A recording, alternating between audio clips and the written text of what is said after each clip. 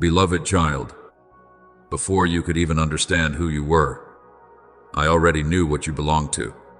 Before your feet learned how to walk through unsteady days, I had placed within your heart a quiet calling, not loud, but enduring like an underground spring. Do not let outward delay make you think that I have forgotten what I planted within you. There are seeds that must remain long in the dark soil, not because they have been abandoned, but because their roots are being deepened, so that one day no wind will be able to uproot them. As I have spoken, before I formed thee in the belly I knew thee, and before thou camest forth out of the womb I sanctified thee. In Jeremiah, 1:5. Therefore, do not measure your journey by the pace of another. What I am doing in you does not need to look like what I am doing in anyone else. For my grace is never a mechanical copy. I did not shape you to become the shadow of someone who went before you, but to become a living witness to something new that I desire to reveal through your life. There are times when you look around and wonder why your path is so quiet, why others seem to find their way so easily while you must feel your way forward step by step in silence. But my child, not every holy path begins in the midst of a crowd. Many times, what I entrust to a soul must be conceived in the secret place, where there is no applause, only the sound of my whisper. Trust in the Lord with all thine heart, and lean not unto thine own understanding. In all thy ways acknowledge him, and he shall direct thy paths. As Proverbs 3:5-6 teaches you, when you stop demanding to understand every part of the road, your heart will begin to grow lighter. When you stop seeking confirmation from eyes that have never seen what I see, you will hear more clearly the rhythm of heaven's footsteps guiding you forward. Quiet obedience is not small before me. It is a fragrance rising from a heart that knows how to trust even before it sees. Remember Bezalel, a man whom many may not have noticed among the vast people of Israel in the wilderness. He did not carry a sword like a warrior, nor stand before the crowd like Moses, nor wear the priestly garments like Aaron, yet I called him by name, filled him with my spirit, and gave him wisdom, understanding, and skill to create the holy things in the tabernacle. Do you see? There are callings that do not resemble the images people often admire, yet they are exceedingly precious in my plan. The lines he carved, the vessels he prepared, the details that seemed so quiet became the very place where my people encountered the holy presence. You are the same. Do not despise the portion entrusted to you simply because it is not loud. Do not take lightly what I have placed in your hands, simply because many people do not yet understand it. There are paths that do not shine brightly from the beginning, but each faithful step will reveal the beauty I have already hidden within them.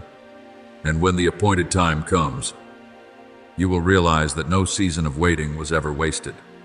The days when you thought you were being held back were actually the days when I was adjusting your vision, purifying your motives, healing the places that were easily wounded, and teaching you to walk without depending on praise or criticism. I did not let you move slowly to disadvantage you. I kept your pace so that you would not lose your soul in the rush. The steps of a good man are ordered by the Lord, as Psalm 37:23 reminds you, meaning that steps guided by me may not always be fast, but they are always purposeful. When the door has not yet opened, let your heart be opened first. When the road is still unclear, let the faith within you become brighter. Then you will see that there are entrances you do not need to force open by your own strength. For I myself have spoken. Behold, I have set before thee an open door, and no man can shut it.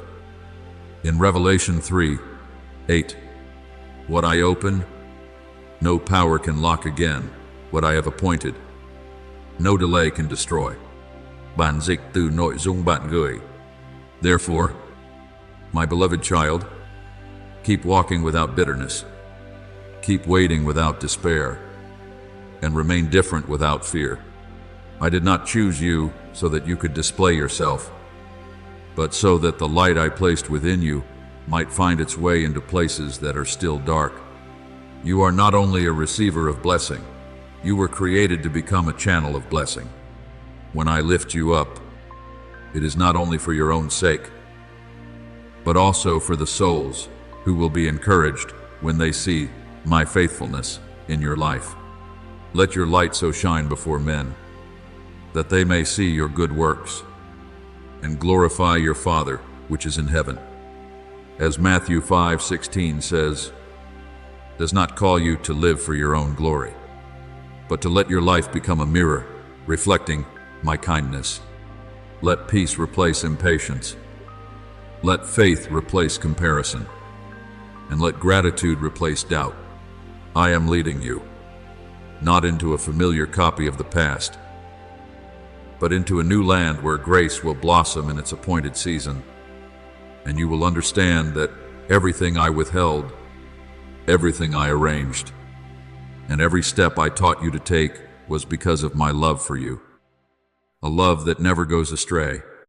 Beloved child, let your heart grow still before my presence, for there are anxieties within you that do not need more reasoning, but need to be embraced by truth.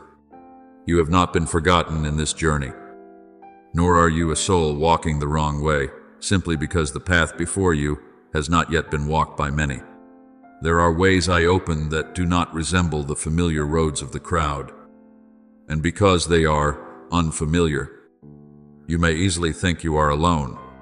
But my child, loneliness in my hands is not a punishment, many times.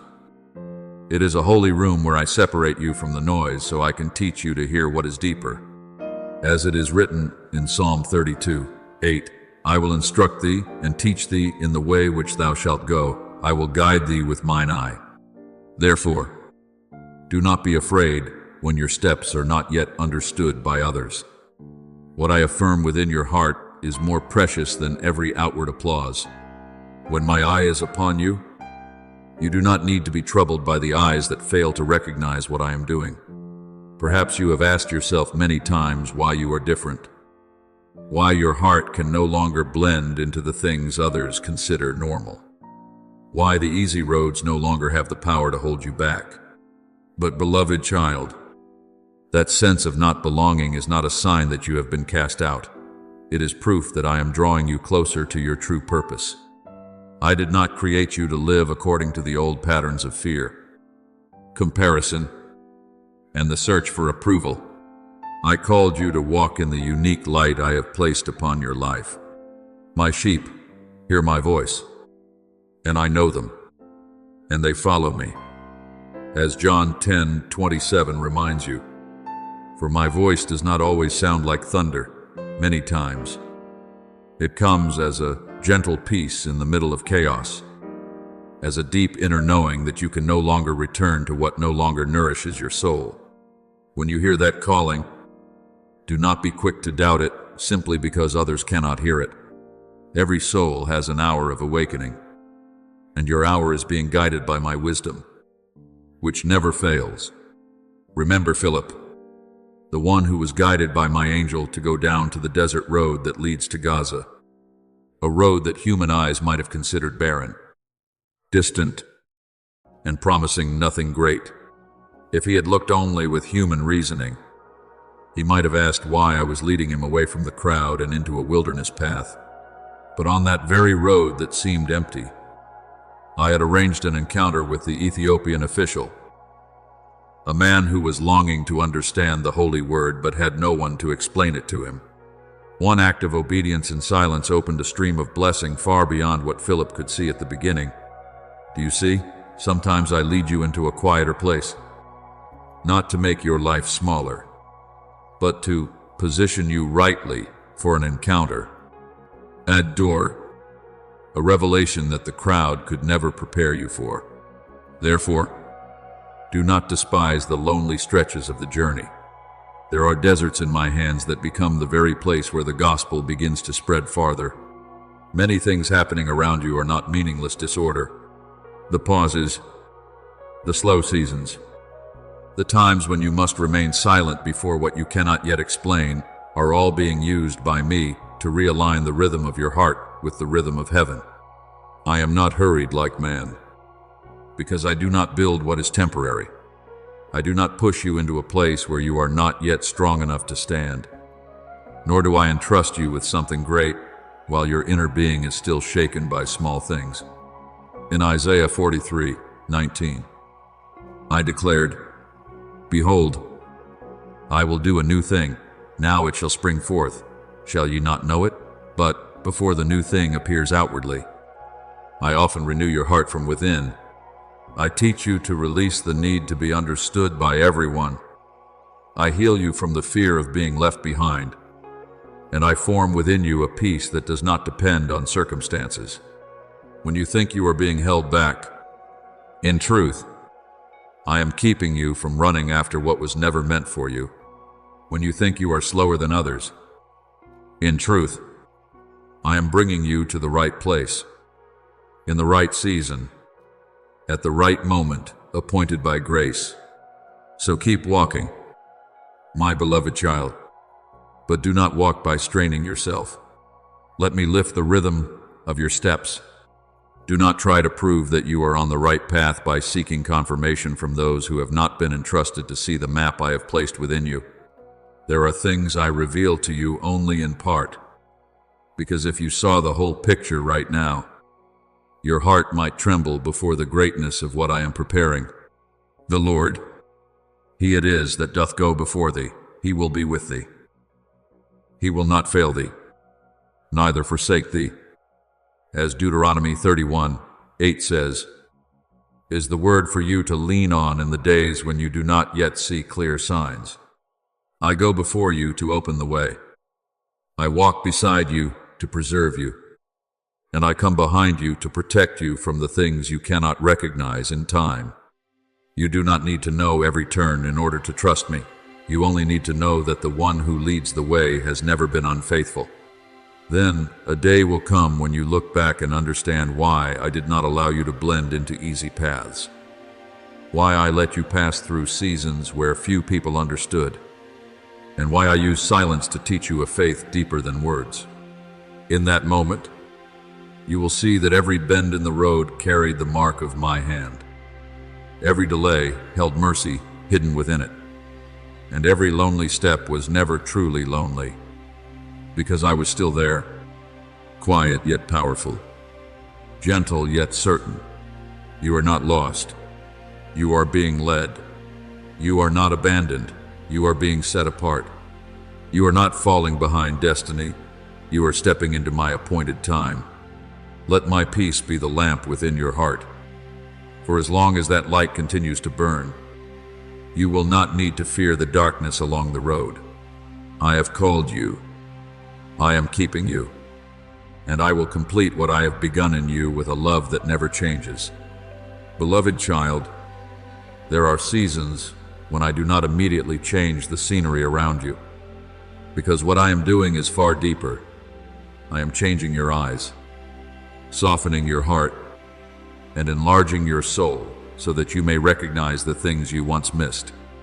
When the inside of you begins to shine, you will understand that not every silence is emptiness, not every slowing down is loss, and not every lonely road is a sign that you have been forgotten. I am teaching you to look at your life not through comparison, but through holy discernment. You once thought you were behind, but I want you to understand that there are people I draw out of the familiar current, not so they may fall behind, but so they may be positioned to open the way. As it is written in Romans 12:2, be not conformed to this world, but be ye transformed by the renewing of your mind. For when your mind is renewed, you no longer measure your worth by old standards.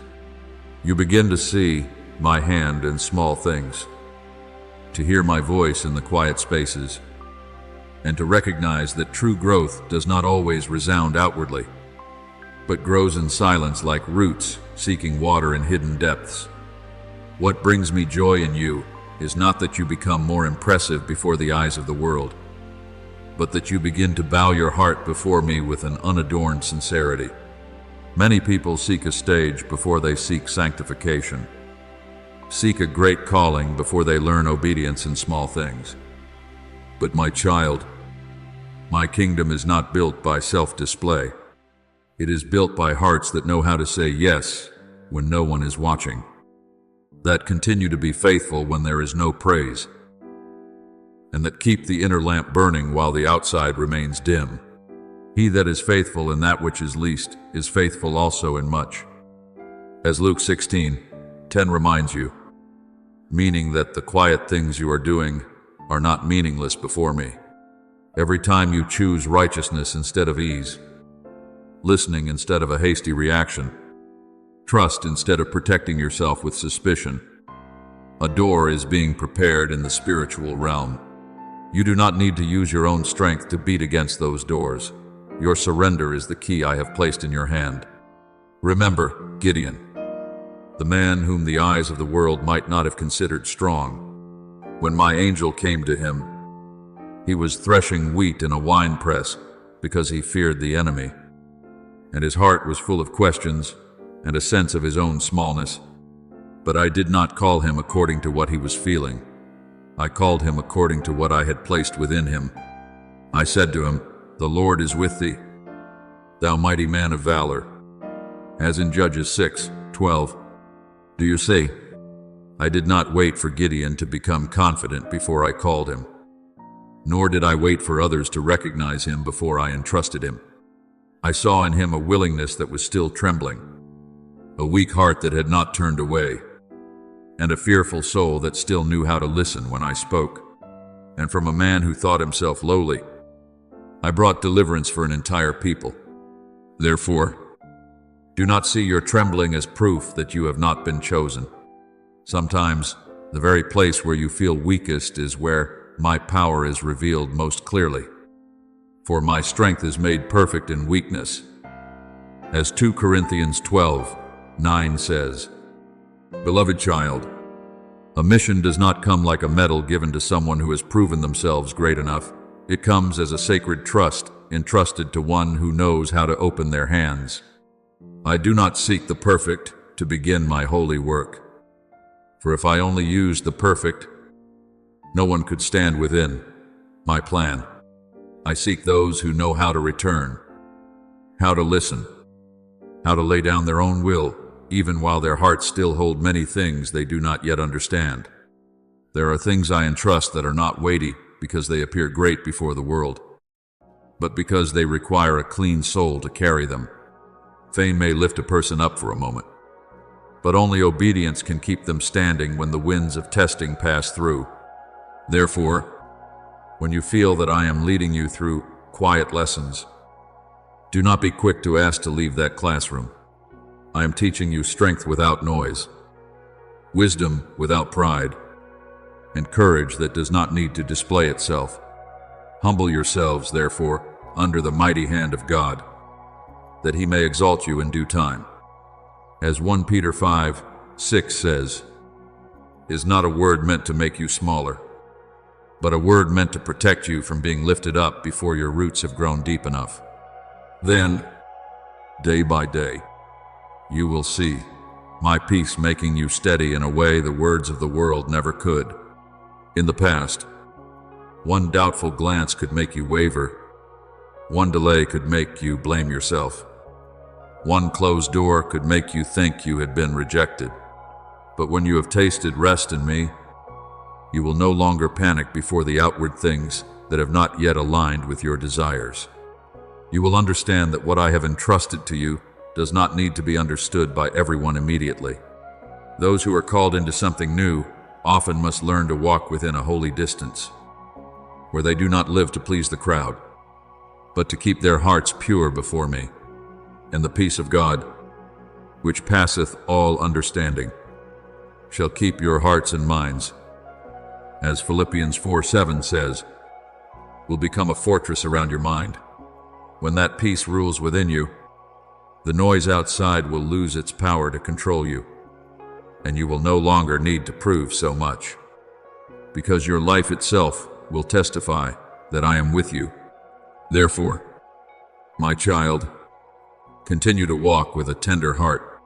Do not despise the quiet change that is growing within you, for it is the sign of new life. Do not fear the lessons that only you must learn, for every calling has its own school. Do not think that today's hiddenness makes you invisible before me. My eyes still see every time you choose what is right. Every time you are patient. Every time you say yes, even while your heart still trembles. I do not need you to become important according to the way the world defines importance. I need you to remain in my hands, willing, pure, watchful, and faithful.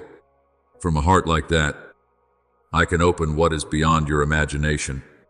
From one small step of obedience, I can make a path for many others. Remember, you are not called to chase after another person's light. You are called to carry the light I have placed within you to the place where I send you. And when my appointed time comes, you will understand that every quiet season, every hidden lesson, and every time you chose surrender instead of self-display had been silently preparing you for the day when my blessing would be fully revealed. Beloved child, there are seasons of your life that are placed in hidden places, where no one calls your name, where there are no admiring eyes, and where no one stands beside you to say that you are doing well. But do not mistake that quietness as a sign that I have forgotten you. There are treasures that are not placed in the public square, but kept in the secret depths until the proper day. There are souls I do not hurry to bring before the crowd, because I am cultivating within them a tenderness, an endurance, and a surrender that the noise outside could easily wound. What I look for in you is not how many people know your name, but whether, when no one sees, you still choose what is right. When no one praises you, you still choose faithfulness. When no one pushes you, you still speak to me with a simple heart and say, Father, I am still here. As it is written in Matthew 6:6, when thou prayest, enter into thy closet, and when thou hast shut thy door, pray to thy Father which is in secret. For it is in that secret place that I meet you deeply, not through the garment of achievement, not through the echo of reputation, but through the whole truth of a heart that knows it belongs to me. Do not wait until you feel strong according to the standards of the world before you dare to follow what I have placed before you. The world often measures readiness by titles, experience, talent, recognition, and the things that can be displayed. But I look into a deeper place, where self-will knows how to bow and faith knows how to rise. True preparation does not always look like a shining mountain. Many times, it looks like a quiet hand learning how to open, a soul learning how to trust before it holds every answer. There were times when you trembled and still stepped forward, doubted and still obeyed, could not yet see the whole road and still did not turn away. I have seen all of it. I do not despise your yes when it is choked with tears. For to me, sincere surrender is more precious than countless eloquent promises. The Lord seeth not as man seeth, for man looketh on the outward appearance, but the Lord looketh on the heart. As 1 Samuel 16:7 reminds you, meaning that what determines a person before me is not the image they can create before others, but the way they guard their heart when only I am watching. Sometimes my invitation comes to you not through a voice that shakes the heavens, but through a small opportunity to love, a task few people notice, a quiet responsibility, an act of patience no one records, a chance to serve where your name is not mentioned. But my child, do not take these small things lightly. My kingdom often begins like a mustard seed, small in the eyes of the world, yet already containing the life that can grow into shade for many. He that is faithful in that which is least is faithful also in much. As Luke 16:10 says, is not merely advice, but a principle of heaven. I do not entrust greater things to you so you can prove yourself. I entrust greater things when your heart has learned not to turn what has been given into a throne for the ego. When you care for a small task with great love, when you serve without demanding recognition, when you choose the right path even though the easier path is calling, you are allowing me to place deeper and weightier things into your hands, not so that you may stand higher than others, but so that my light through you may become clearer, gentler, truer, and more healing. Remember Ananias in Damascus, a disciple who did not stand out in history in the way people often remember great figures. When I called him in a vision, I did not send him to a crowd that was cheering, but to Saul, the one who had persecuted my people and caused many to fear. Ananias had reasons to hesitate, reasons to protect himself, reasons to say that the task was too dangerous and too difficult to understand. But when I spoke, he obeyed. He entered that house, laid his hands upon Saul, and called the one who had once been an enemy by 2 words full of grace, Brother Saul. From that quiet obedience, Saul's eyes were opened, and that man later became Paul, the one who carried the gospel to many lands. Do you see? An act without a stage, a step without a crowd to witness it. An obedience from someone rarely mentioned can still touch the course of many generations.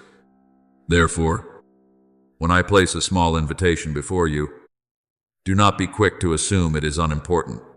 There are things I begin through a very narrow door, but behind that door is an entire harvest you cannot yet see. And if today you feel that what I have entrusted to you is somewhat heavy, hear me speak with tenderness. I am not punishing you, nor do I desire to crush you beneath the weight of responsibility.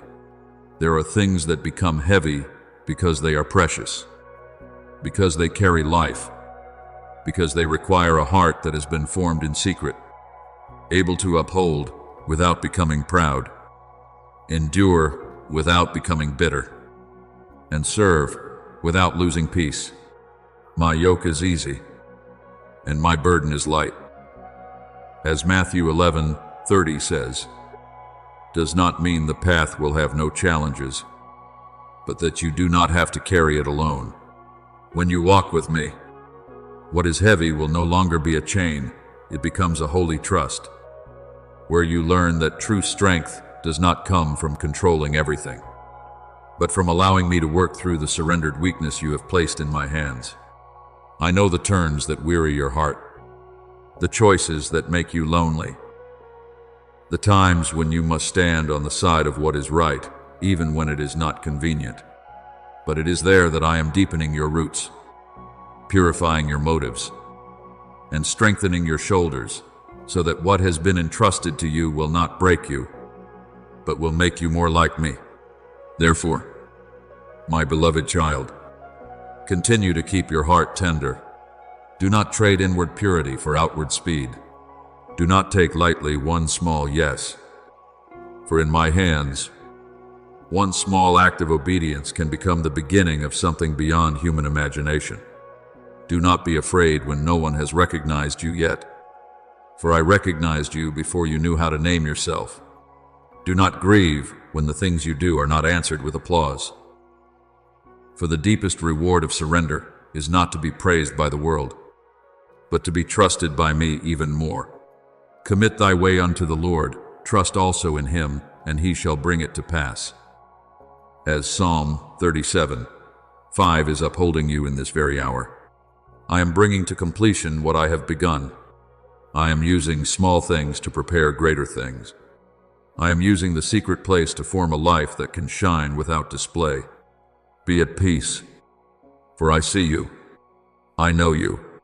I am with you. And when my appointed time comes, the doors that seem shut will open, not by your pressure, but by my grace that has long been going before you in silence. Beloved child, There are things being written in the spiritual realm that human eyes cannot read. But I do not overlook a single line. When you choose to take one more step even though your heart does not yet see the road clearly, when you keep yourself from the things that would cloud your soul, when you place your trust in me instead of letting fear pull you back, then, in the hidden place of heaven, that is not small, the world often records visible victories, praises that can be heard, and achievements that can be named. But I look upon quieter moments, where you could have given up and still chose to stand firm, where you could have turned away and still chose to remain with what is right, where you could have pitied yourself and still chose to speak to me with a tender heart. As it is written in Galatians 6:9, let us not be weary in well-doing, for in due season we shall reap, if we faint not. Do not think that the small seeds of obedience have fallen into forgetfulness. I am keeping them in the good soil of grace, and in the right season, they will bring forth what you have never imagined. There are times when you think you are too ordinary to be used for something great. You look around and see the world moving powerfully. See so many people who seem to have more ability, more opportunity, and a stronger voice. And then you wonder whether your portion matters at all. But my child, I do not need a vessel decorated in splendor in order to hold holy oil. I only need a vessel willing to be opened in my hands. The difference is not in how extraordinary you are by yourself, but in whether you allow the extraordinary one to work through your life. But we have this treasure in earthen vessels, that the excellency of the power may be of God, and not of us, as 2 Corinthians 4:7 reminds you, meaning that your fragility does not make me hesitate. On the contrary, it is precisely where you cannot boast in yourself that my light has more room to be revealed in purity. Therefore, when the road before you becomes dim, do not be quick to conclude that I have fallen silent because I am far from you. There is a silence that is not abandonment, but the stillness of the Father's hand working deeply. There are seasons when I do not answer in the way you expect, because I am placing you in a classroom without noise, where faith no longer depends on feelings, where faithfulness no longer requires immediate signs, and where your love for me is purified from the habit of believing only when everything is easy to understand. In the light, you learn to see me, but in the darkness, you learn to cling to me. The Lord shall fight for you, and ye shall hold your peace. As Exodus 14:14 says, is not a call for you to remain motionless in despair, but an invitation for you to stop panicking so you may recognize that I am still working in places you cannot yet see through. Remember Elijah, the one who once stood before kings and spoke with power, yet before the fiery moments on Mount Carmel, I led him to the brook Cherith, a hidden, quiet place known by few. There was no crowd cheering, no great banquet, no outward sign of glory, only a small stream of water and ravens bringing food according to my command. Seen through human eyes, it could have looked like a place of concealment, even a season of limitation. But in my eyes, it was a place of protection, nourishment, and preparation. I did not lead Elijah into the secret place to make him smaller. I brought him there to keep him from what was not yet in season, to teach him to depend on me day by day, meal by meal, drop by drop. You are the same. There are brooks of Cherith in your life that are not places of exile, but places where I feed you with hidden faithfulness before bringing you into something greater. Do not fear the fire that is refining you, because not every fire comes to destroy. There is a fire that burns away what is false, softens what has become hardened, separates what is precious from what is mixed, and causes your soul to become brighter in my hands.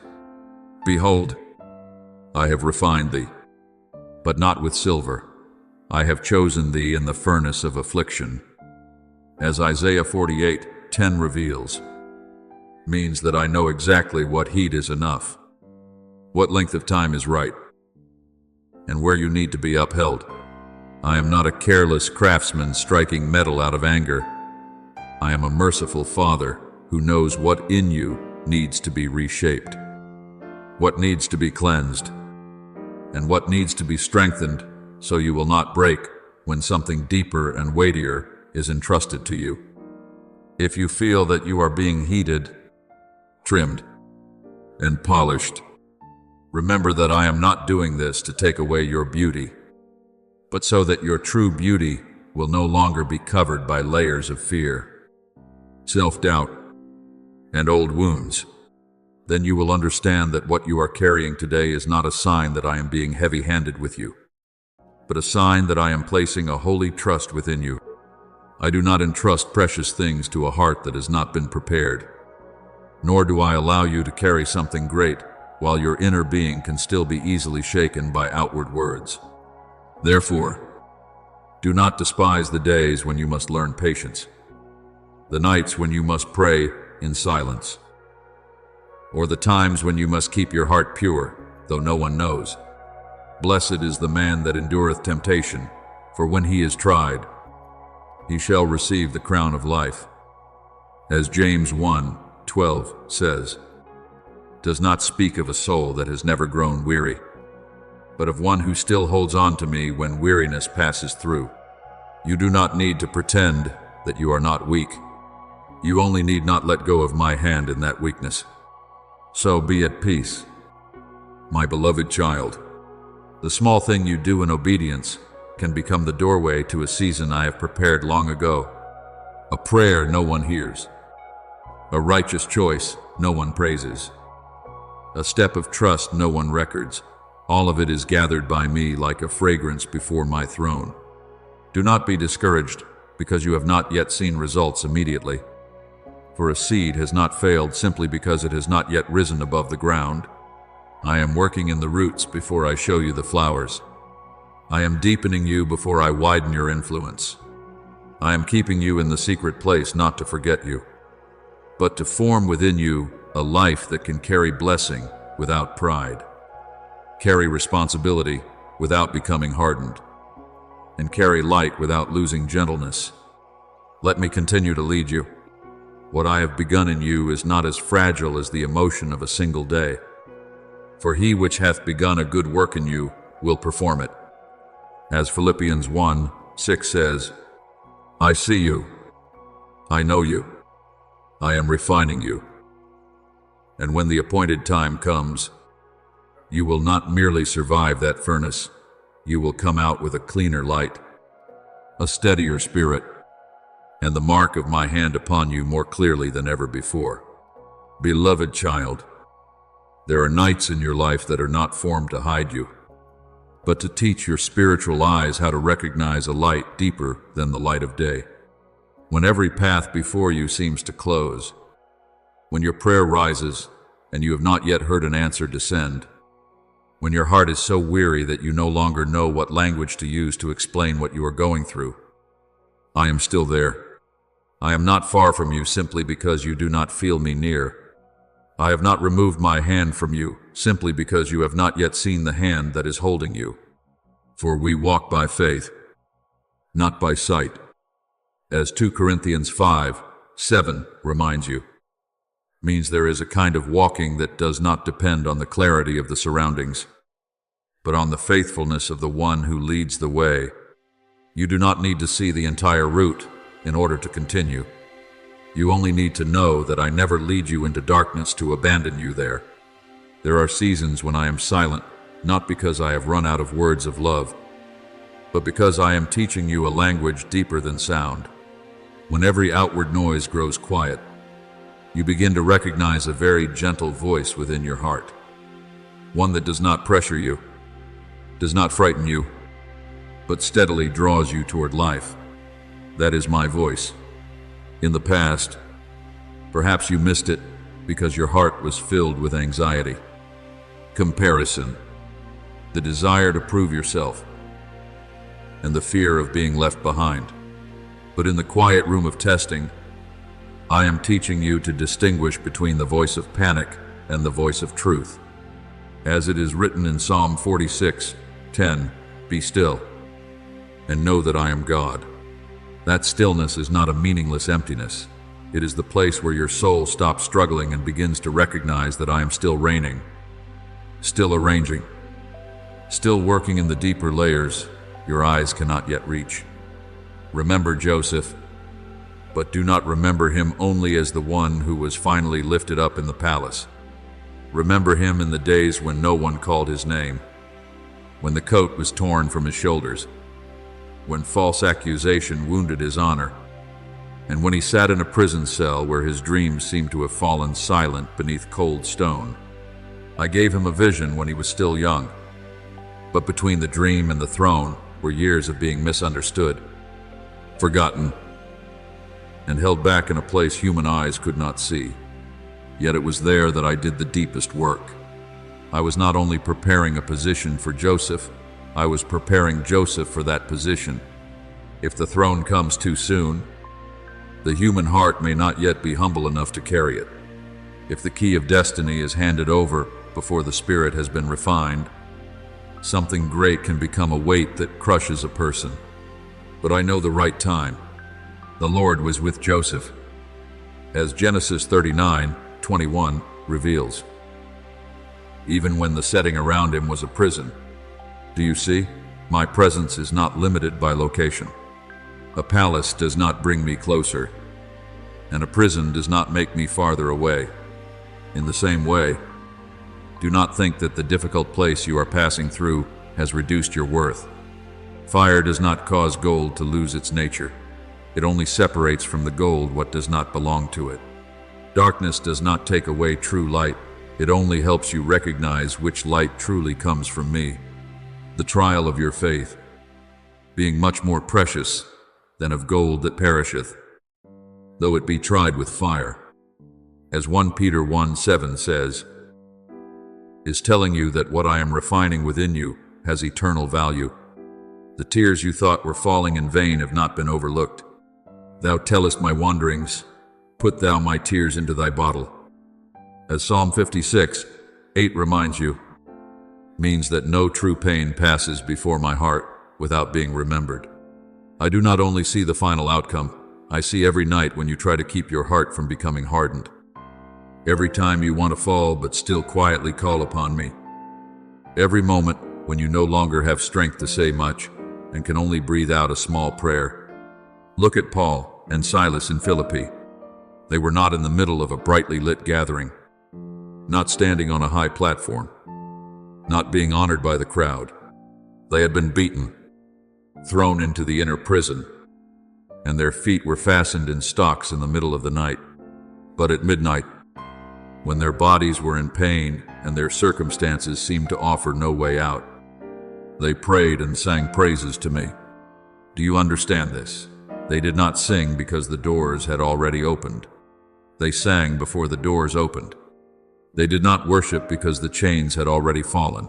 Their worship in the chains became the place where my power was revealed. Then the earth shook. The foundations of the prison were moved. The prison doors opened. And not only were they touched, but the jailer and his household were also brought into the light. There are victories that do not begin with a shout in the public square, but with a trembling song in the darkness. There are doors that do not open because you push them with your own strength, but because your soul has learned to trust me even before it sees the key.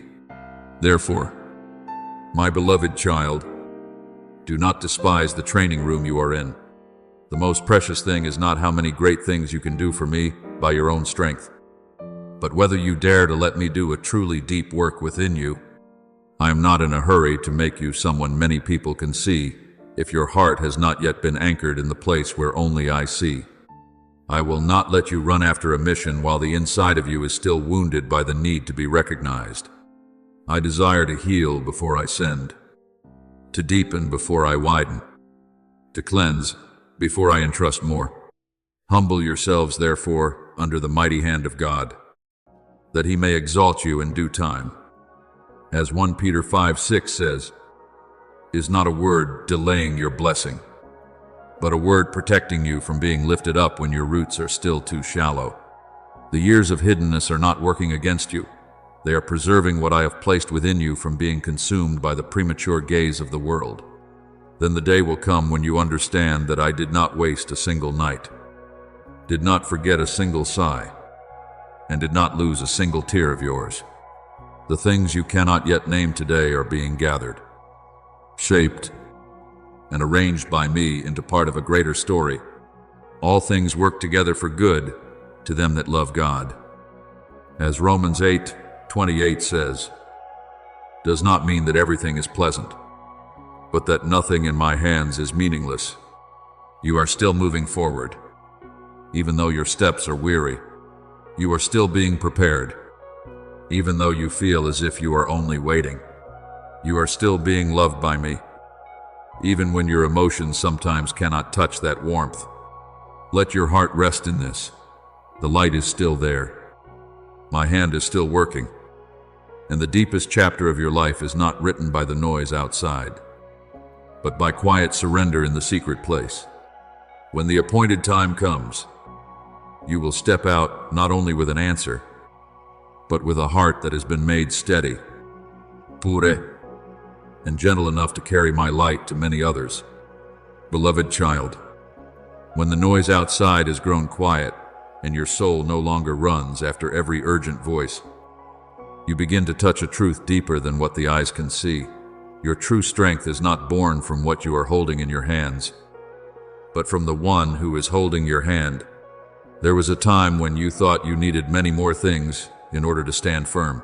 More opportunities, more supporters, more recognition, more resources, and a position that would make others take notice. But I have patiently led you through quiet seasons so you may understand that everything outward can change, while my presence never departs from you. As it is written in Psalm 16:11, in thy presence is fullness of joy. At thy right hand there are pleasures forevermore. My child, where I am, that place is not poor, even if outwardly there is still lack. Where I am, that place is not empty, even if you do not yet see a companion. Where I am, there is already the fountain of life, wisdom, peace, and power that no circumstance can take away. Perhaps you still look at yourself with eyes so modest that you almost forget what I have placed upon you. You step into an ordinary day. I'll do an ordinary task, speak an ordinary word, and think that nothing great is taking place. But, beloved child, in the spiritual realm, influence is not determined by noise, but by presence. A room may be full of people and yet remain cold if it lacks my light, but a small heart that enters with true surrender can carry the atmosphere of heaven. You do not need to perform strength for the darkness to recognize that I am with you. You do not need to lift yourself up for my life to shine through you. When you quietly pray, Father, use me according to your will, what happens within your soul is greater than many things the world can applaud. Not by might, nor by power, but by my Spirit. As Zechariah 4:6 reminds you, means that what breaks burdens, opens a way in impossible places, and softens hardened hearts does not come from your own strength, but from my Spirit moving through your surrender. Remember Peter and John as they went up to the temple at the hour of prayer. At the gate called Beautiful, there was a man lame from birth who was placed there every day to ask for alms. He looked at them, expecting to receive a little silver or money. But Peter spoke a word that the world could not measure by wealth. Silver and gold have I none, but such as I have give I thee. In the name of Jesus Christ of Nazareth, rise up and walk. As Acts 3:6 records. Do you see? They did not carry a treasury. They had no army, no political power, no splendid outward appearance to make the crowd stand in awe. but they carried the presence and the authority of the name of the living one. And just one word spoken in faith caused powerless feet to rise, causing a life that had been stuck at the temple gate to enter into praise. That is what I want you to understand. What you lack outwardly cannot stop what I have placed within you from flowing. If your heart is truly open to me, therefore, do not confuse simplicity with weakness. Do not think that, because you do not have everything others consider necessary, you cannot become an instrument in my hands. Many times, I have begun great works with very small things, a jar with a little oil in a widow's house, a handful of flour that did not run out, 5 loaves and 2 fish, a trembling, yes, a step taken in the night, a heart that only knew how to say, "Here I am." What matters is not how many things you place on the table to impress me, but whether you dare to place yourself in my hands. When you stop clinging to your fragile self-confidence, you will discover another kind of steadiness, deeper and holier.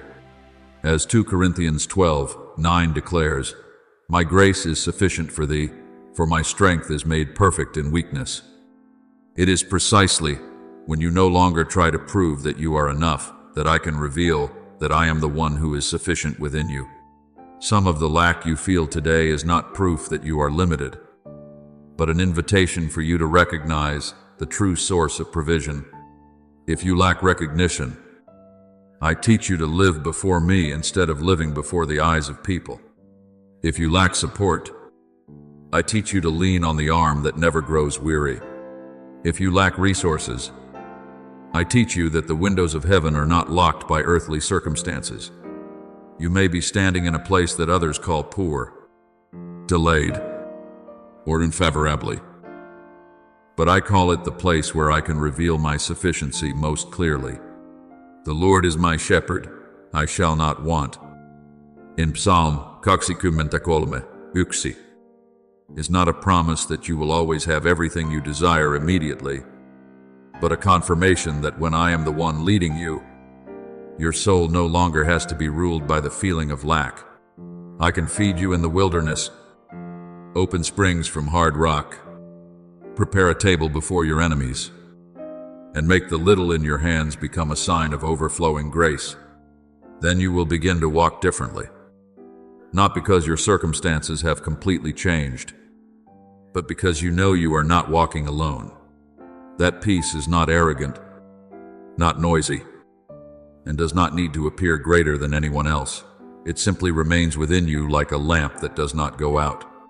When others ask where you find the strength to continue, perhaps you will not need to answer with many words, because your life will testify that I am upholding you.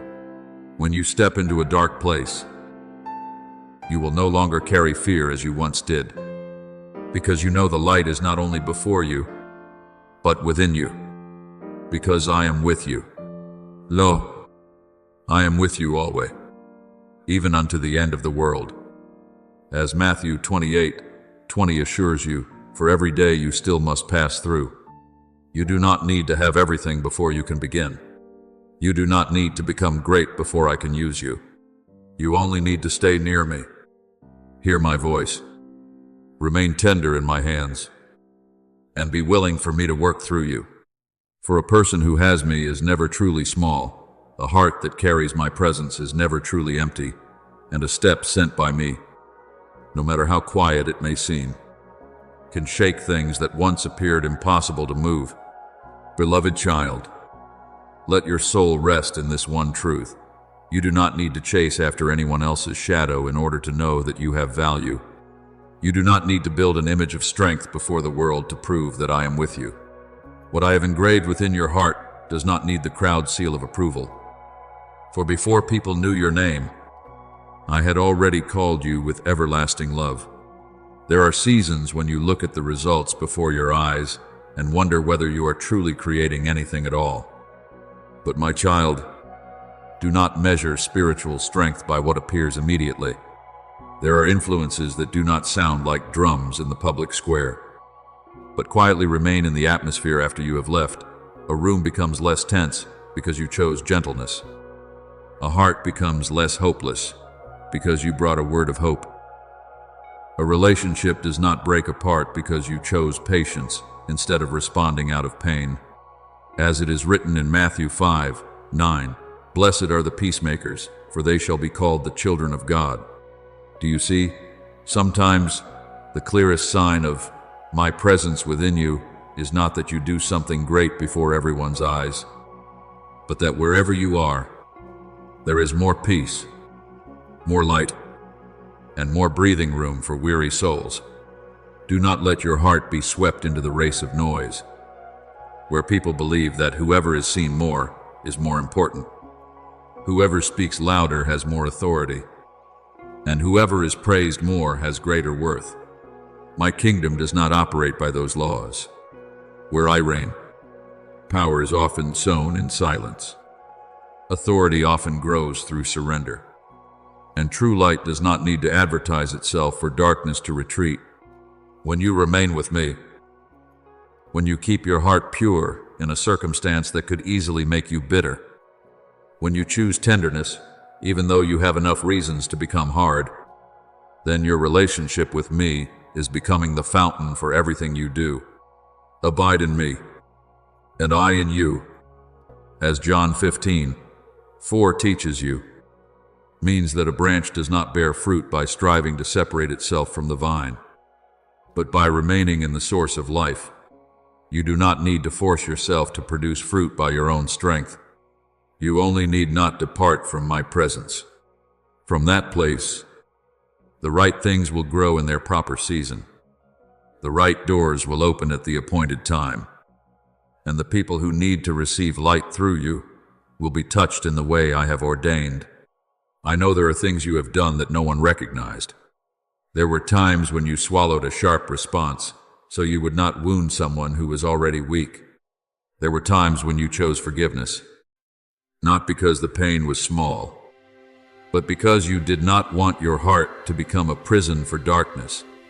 There were days when you still prayed though your heart was weary, still trusted though every outward reason told you to let go, still kept kindness even when no one returned kindness to you. Do you think those things vanished into the air? No. Beloved child, for God is not unrighteous to forget your work and labor of love. As Hebrews 6:10 says, I have seen every hidden choice. I have heard every sigh you could not put into words. I have recorded every time you conquered yourself in silence.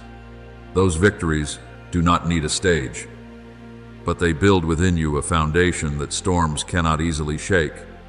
Remember Abigail, the wise woman in the days before David became king, when anger was about to lead to bloodshed, when one insult could have opened a painful chain of revenge. Abigail did not wait for the crowd to praise her, nor did she use noise to prove that she was right. She quietly prepared, stepped forward with humility, spoke words that were gentle yet full of wisdom, and kept David from making a decision that could have stained his hands before the day I placed him on the throne. Do you see? One heart that knew how to bring peace into a place of tension changed the direction of an entire story. A soft answer turneth away wrath, but grievous words stir up anger. As Proverbs 15:1 says, is not merely a lesson about speech, but a doorway into the power of gentleness. Abigail did not carry a sword, but she stopped a bloodshed. She did not stand in the holy temple, but her action carried the fragrance of wisdom from me. You are the same. There are times when you choose peace instead of winning, and in that very moment, you are doing something greater than you realize. Therefore, do not be afraid when the world does not know the battles you have won within your own heart. Do not grieve when your growth is not named. Do not think that an overlooked act of kindness is a wasted seed in my hands. No, obedience is meaningless. When you do good without needing to be seen, your soul is being freed from the chains of recognition. When you serve without demanding an immediate reward, you are learning to live before me and not before the eyes of people.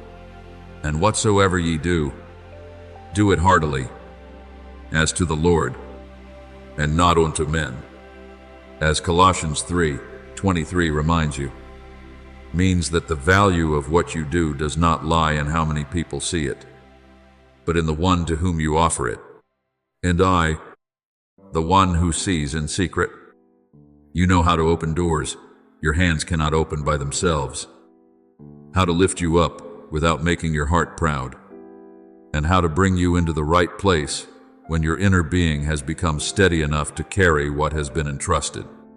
My beloved child, when you live from my presence, you will no longer be controlled by the fear of loss. You will not have to cling tightly to every opportunity as though your life were in the hands of circumstances.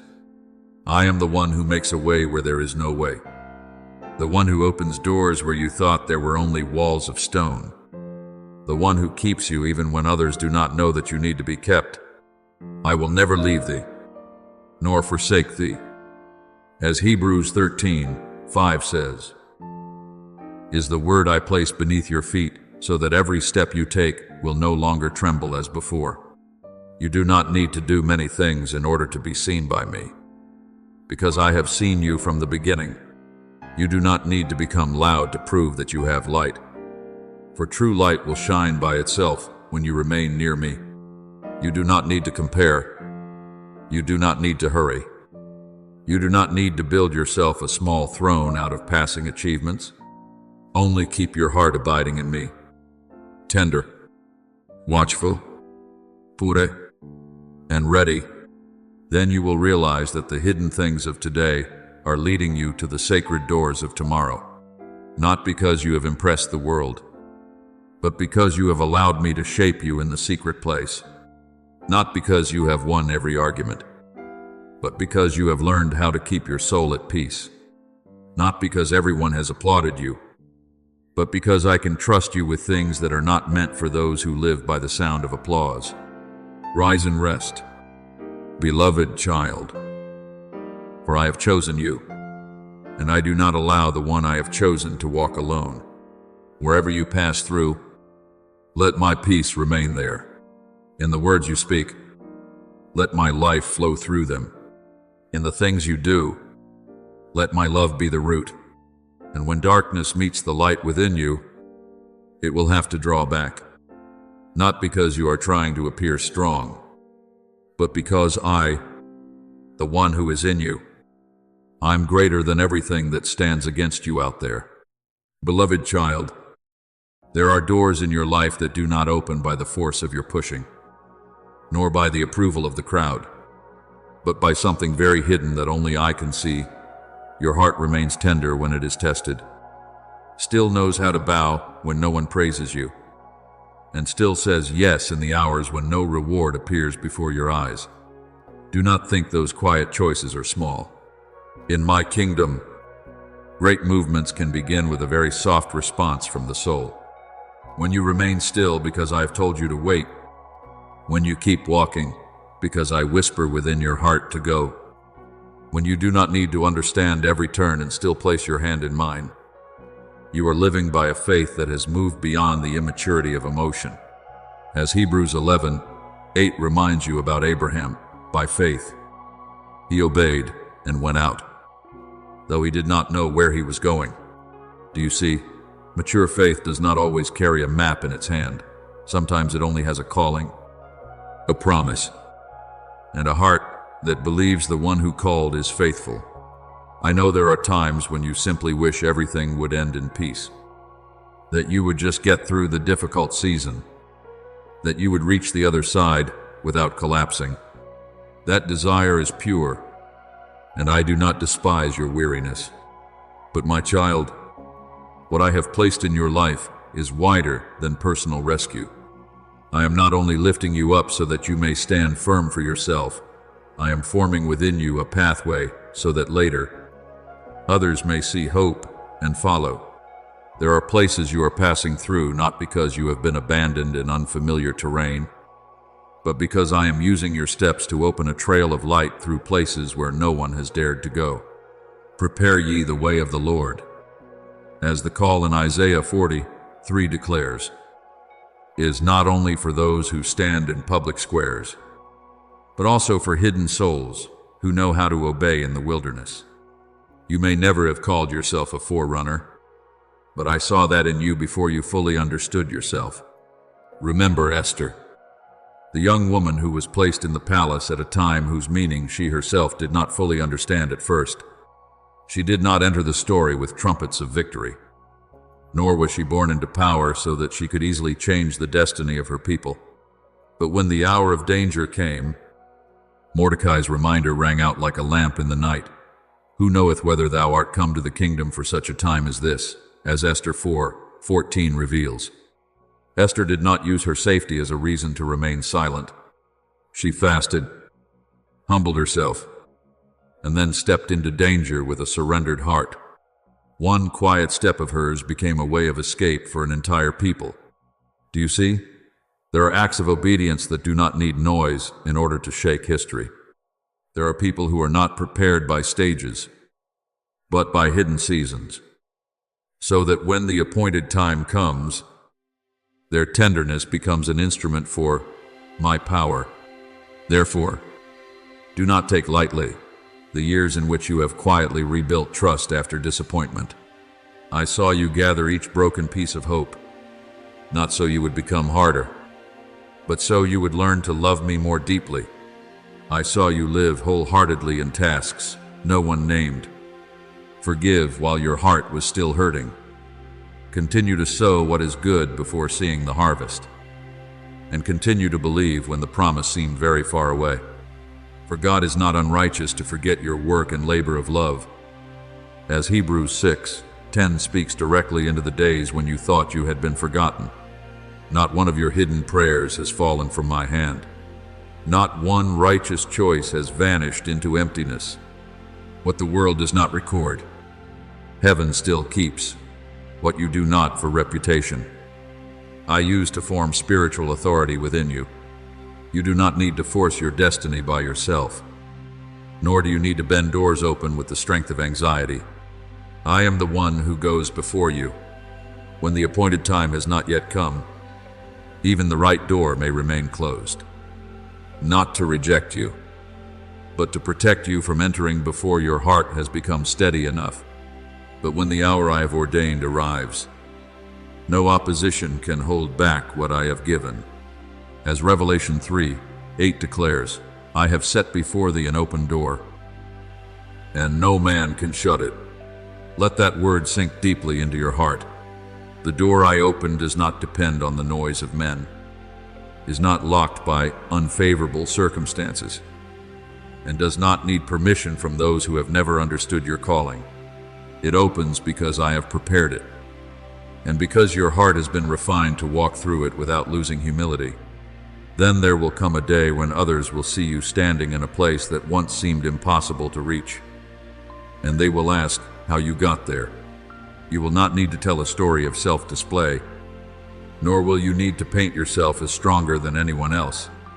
You will simply know how to say, with simplicity, that I kept you when you stayed still.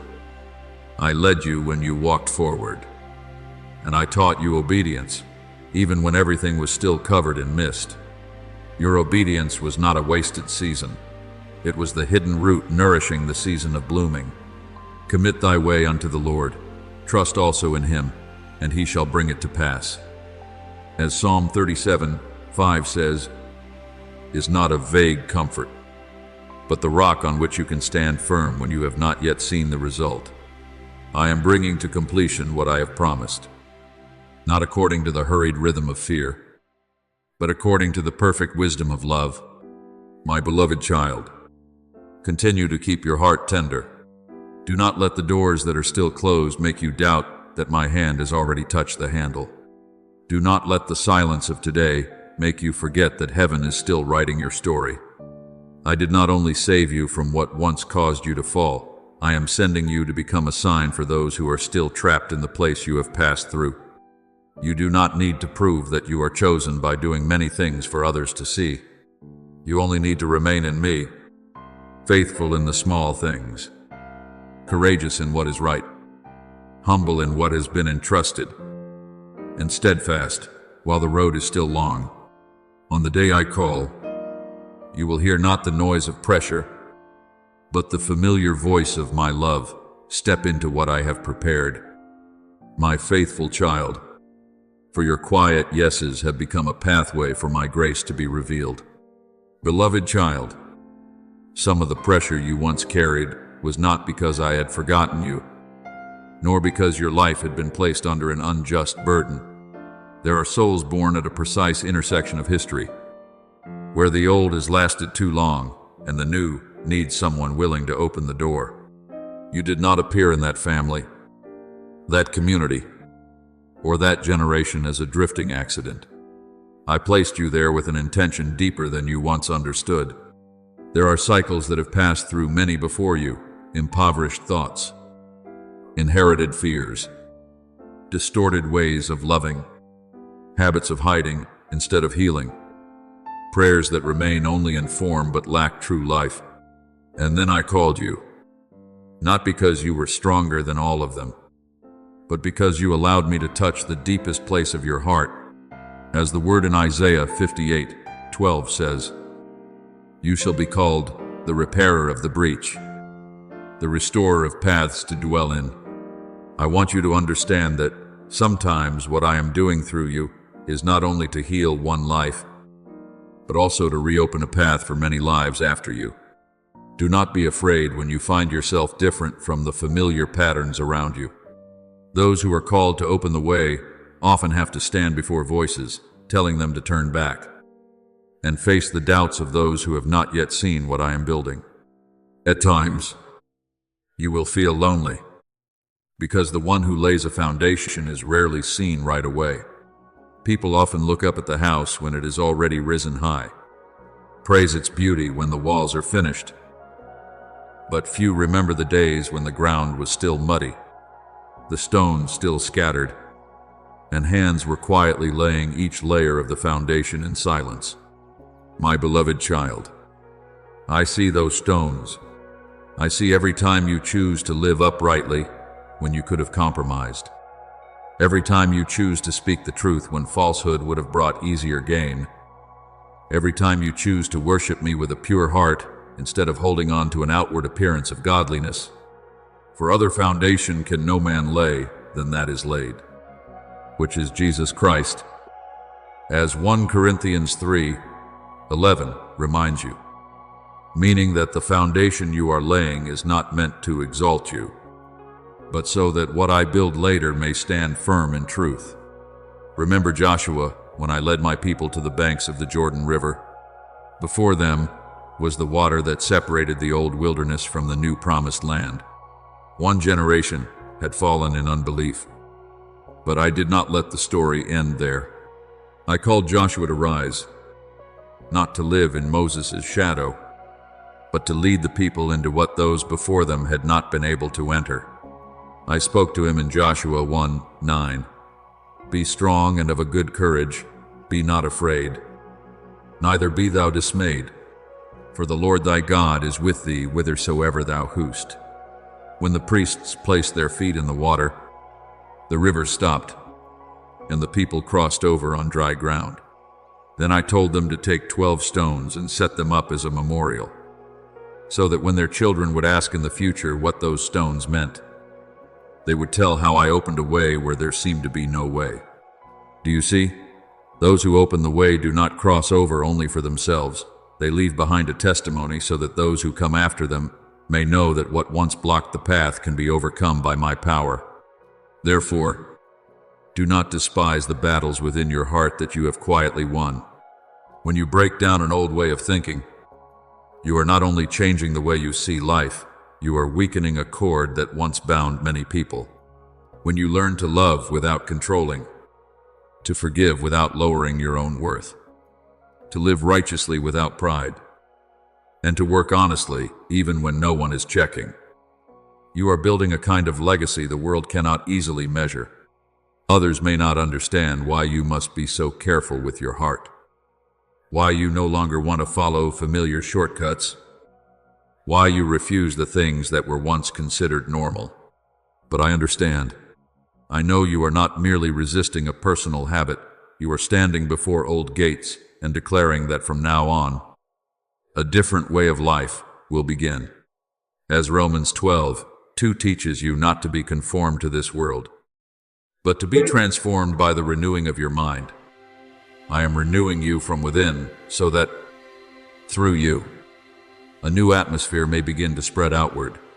There are times when you think success means reaching a higher place, receiving a greater reward, or having a title worthy of pride. But my child, in my eyes, the success of one who is sent is not only where they stand, but how many others are able to walk with less fear because they faithfully went before. Perhaps you will not be the destination in someone else's story, but you will be the bridge. Perhaps you will not be the one most praised, but you will be the one who quietly helps a generation become less afraid to cross over. Some of your prayers today are sheltering dreams that have not yet been born. Some of your righteous choices are creating a wider sky for souls in the future, so they will no longer have to wrestle with the same darkness you allowed me to help you overcome. And let us not be weary in well-doing, for in due season we shall reap, if we faint not. As Galatians 6:9 says, is the word I place within your heart, so you will not grow discouraged while the harvest is still hidden beneath the soil. Therefore, my beloved child, when the burden seems greater than what others are carrying, do not quickly conclude that I am treating you more harshly. There are people entrusted to carry a lamp so that many others may find the way. There are people placed on the boundary between the old and the new, not to be crushed between the two sides, but to become a sign that my grace can still begin something pure, even in places that were once barren. I am not asking you to be perfect. I am only inviting you to continue letting me shape you, to continue rising when you stumble, to continue keeping your heart tender when pressure wants to make it hard. Faithful is he that calleth you, who also will do it. As 1 Thessalonians 5:24 reminds you, meaning that this work does not depend on your strength alone. I am the one who calls, and I am also the one who upholds. Keep walking in peace, for you are not living only for one isolated victory. You are participating in a work far deeper and wider, where your freedom becomes an invitation for others to be free, where your healing becomes a sign that generational wounds do not have to continue ruling, where your life becomes a path leading back to true life. When others look back, they may not know all the nights you prayed, all the times you cried, or all the difficult decisions you chose in silence. But I know, and I will use it all. Every stone you place today, I will turn into a firm foundation. Every step you take in obedience, I will turn into an opening. Everything you overcome with me, I will turn into shade for those who come after you. You are not the accident of a generation. You are a blessing I have sent to the right place, at the right time, so that my new thing may begin to take root. Beloved child, continue to walk in peace, because the things you offer today do not disappear into silence as you once thought. There are sacrifices that do not immediately bloom before your eyes, but they take root very deeply in eternity. One day, when you look back over the road you have passed through, you will not only see that I rescued you from the places that once caused you to fall, but also that other souls found a way out because you had the courage to go before them. You thought you were only trying to overcome for yourself, but I used each faithful step of yours to open a way for many who did not yet have the strength to rise. As it is written in Isaiah 60:22, a little one shall become 1,000, and a small one, a strong nation. Do you see? In my hands, what is small is never limited by its first appearance. When I place my breath upon a life that knows how to obey, even quiet steps can become landmarks for a great season of deliverance. There were things you once longed to receive so urgently, things you prayed for with tears, things you tried to hold on to with trembling hands. Yet I did not allow them to come at the time you desired, not because I was indifferent to your longing, and not because you were unworthy of being loved. I withheld them because I knew that if they came too soon, they could take my place in your heart. If a blessing were placed into a heart not yet wide enough, that very blessing could become a burden that would weary you. I do not give to you according to the urgency of fear. I give according to the maturity of the soul. To everything there is a season, and a time to every purpose under the heaven. As Ecclesiastes 3:1 reminds you, means that delay in my hands is not failure, but arrangement. I am not only preparing what you will receive, I am preparing you yourself, so that when you receive it, you will not lose your tenderness, your humility, or your closeness to me. Remember the widow of Zarephath in the days of drought. She had only a handful of flour in a barrel and a little oil in a cruse, enough to make one final meal for herself and her son, and then wait for death. But when the prophet Elijah came and told her to make him a small cake first, it was not an invitation of deprivation, but a doorway of trust. She placed the little she had in her hands into my word, and what seemed about to run out did not run out. For the barrel of meal shall not waste, neither shall the cruse of oil fail. As 1 Kings 17:14 says, Beloved child, do you see that secret? My abundance does not always begin with a great storehouse. Many times, it begins with a heart that dares to place even the smallest portion into my hands. When you no longer live by holding tightly because you fear lack, but by offering because you trust that I am the source of provision, then outward lack no longer rules your soul. Now, after the seasons you have passed through in dry places, without allowing your heart to turn to stone, after the days and months when you were refined in silence, yet did not lose the flame of love, I see maturity being formed within you. You no longer seek blessing only to fill your own emptiness. You are beginning to understand that everything I entrust carries a flow that must be passed on. When your heart is rightly positioned, the things you need will know how to find their way to you, not as a reward for perfection, but as a sacred trust given to one who has learned to steward with reverence. But my God shall supply all your need according to his riches in glory. As Philippians 4:19 says, speaks not only of sufficiency for you to survive, but also of sufficiency for you to fulfill what I have sent you to do. I provide not so you may boast in yourself, but so you may become a place through which my goodness can pass. You once asked within your heart whether you had missed your opportunity, whether the quiet years had caused you to fall out of your appointed time. But I speak to you with the certainty of a father. What I have ordained for you will not slip from my hand. No door that belongs to you can be closed forever by human delay. No relationship necessary for your journey can be lost from my arrangement. No opportunity prepared by me depends on chance. When my hour comes, I have set before thee an open door, and no man can shut it. As Revelation 3:8 says, will become a living experience in your life. You will step into places your reason once thought were too far away, not because you forced circumstances to obey you, but because in the private place you allowed me to approve your heart. And when I entrust more to you, do not fear that the increase will crush you. If your heart remains in obedience, what I give is not meant to pull you away from me, but to enlarge your capacity to reveal me. I have watched how you handled the little, how you did not despise a small task, how you did not neglect a hidden responsibility, how you did not use lack as a reason to lose faithfulness. Therefore, when I place more into your hands, it is not only a blessing, but a sign of trust. As it is written in Matthew 25:21, well done, thou good and faithful servant. Thou hast been faithful over a few things. I will make thee ruler over many things. My child, many in my kingdom is not a throne for the ego, but an altar for service.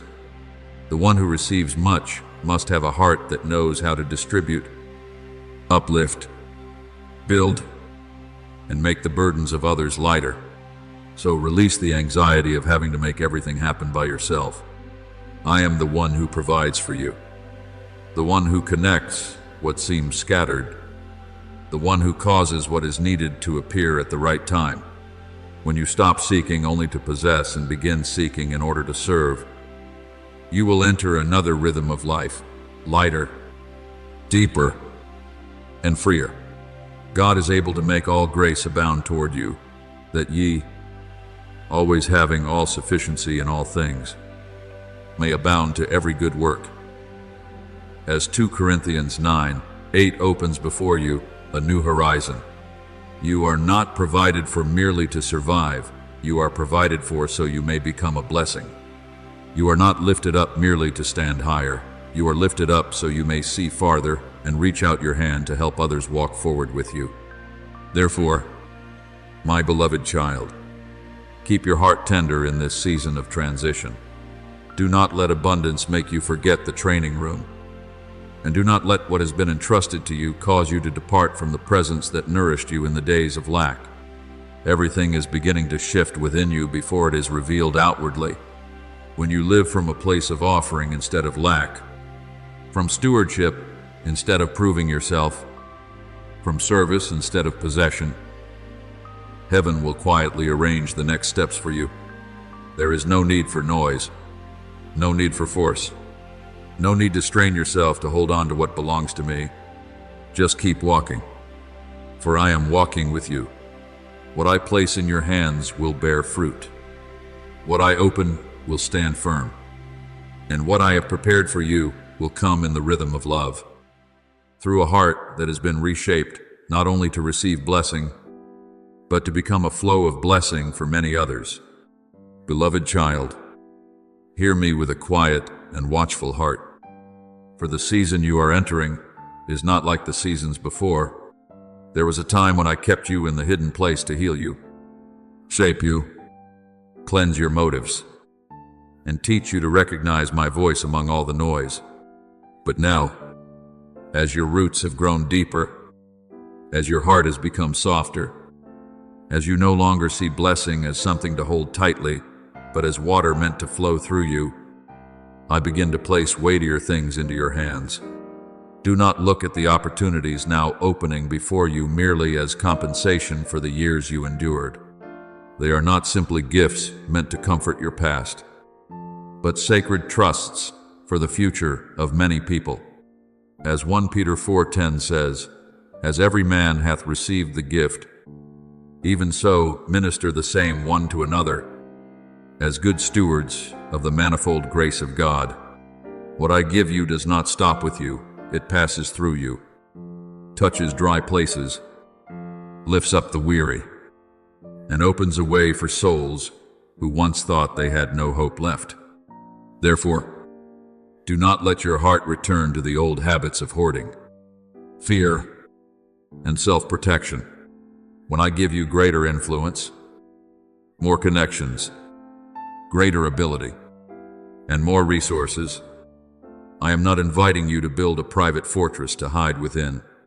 I am inviting you to become an open hand, a lamp placed in the right place, a stream that does not keep its water for itself.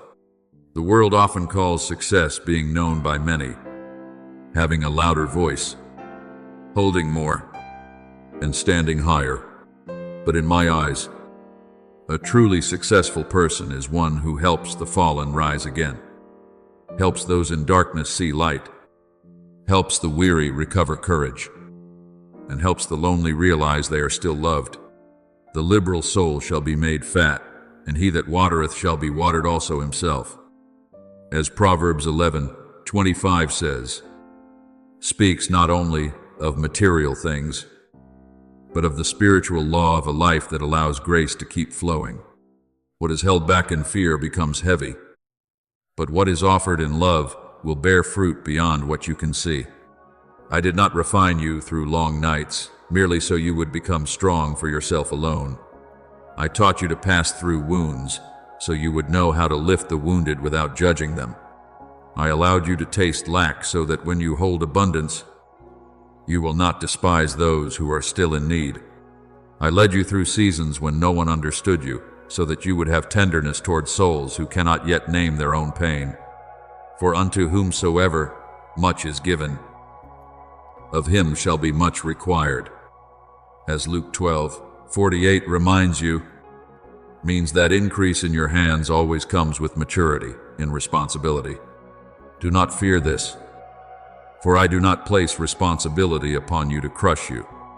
I place it as a mark of trust. You have learned that every good thing comes from me. And when you still keep your heart bowed low, even while your hands are being filled, I can use your life as a place where blessing is distributed in purity. Remember Barnabas, the one who is called the Son of Consolation. He did not need to make himself stand out with the voice of power. But when he had a field, he sold it and laid the money at the apostles' feet so the needs of the community could be met. That act was not merely outward generosity.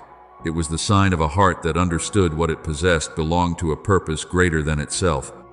Later, when many still doubted Saul because of his past persecution of the church, it was Barnabas who stepped forward to receive him, support him, and bring him to the apostles. Do you see? A person who knows how to steward what they have with love can become a bridge for another life to step into its mission. Without the quiet generosity of Barnabas, many doors may have opened more slowly for Paul. Therefore, do not take lightly a word of encouragement, an act of support, a resource placed in the right place, or an opportunity you use to open the way for someone else. In my hands, such things can touch many generations. What makes you trustworthy before me is not how much you have, but how much you are willing to give back when I need to use it. A person may possess much and still be poor in soul if they are ruled by the fear of loss. But a person, even with little, if they know how to place that little into my hands, will become a place where grace is multiplied. God is able to make all grace abound toward you, that ye, always having all sufficiency in all things, may abound to every good work. As 2 Corinthians 9:8 opens before you a new way of living. I do not merely want you to have enough to survive. I want you to have enough to do good, enough to build up, enough to respond when a soul needs to be lifted, enough to become a sign that my love is still at work on the earth. But remember, abundance only keeps its holiness when it walks together with surrender. If you let blessing become a throne for the ego, it will make your heart heavy. If you let blessing become an altar for service, it will make your life shine.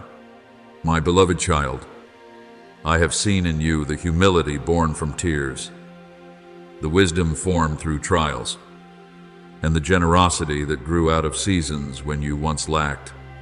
None of these things is accidental. I gathered even the nights you thought were useless, the times you quietly endured pain, and the lessons that broke your heart open and then were healed again by me, to form within you a heart that can carry blessing without pride, can hold authority without oppression, can help others without looking down on them, and can shine without stealing my glory.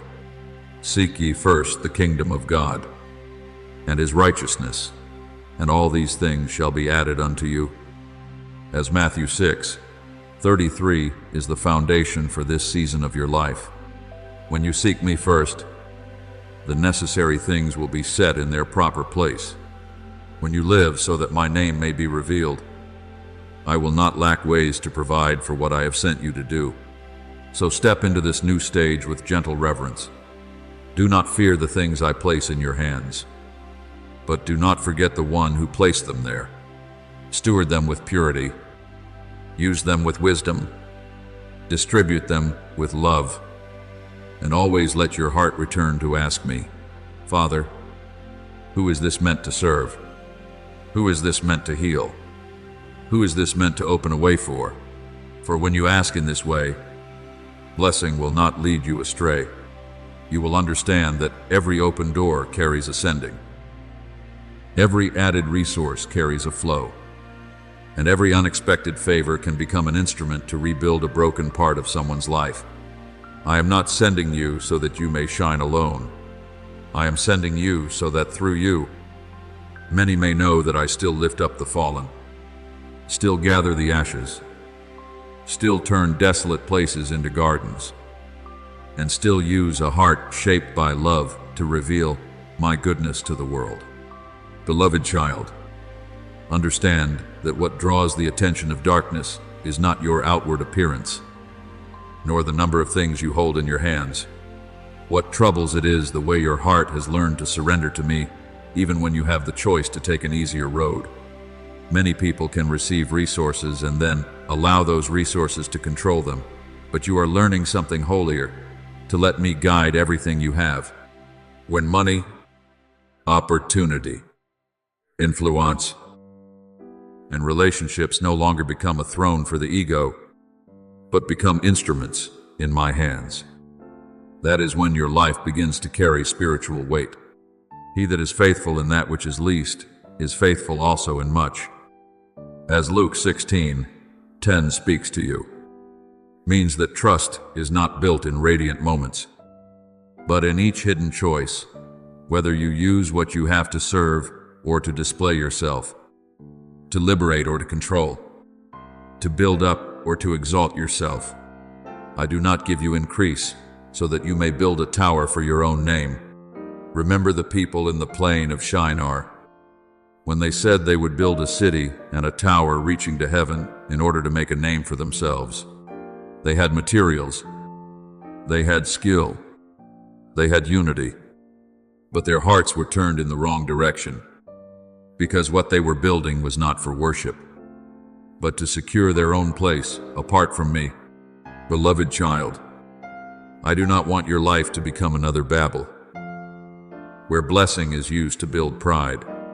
I want what you build to have love as its foundation, doors open for the weary, and a covering for those who once did not know where to find refuge.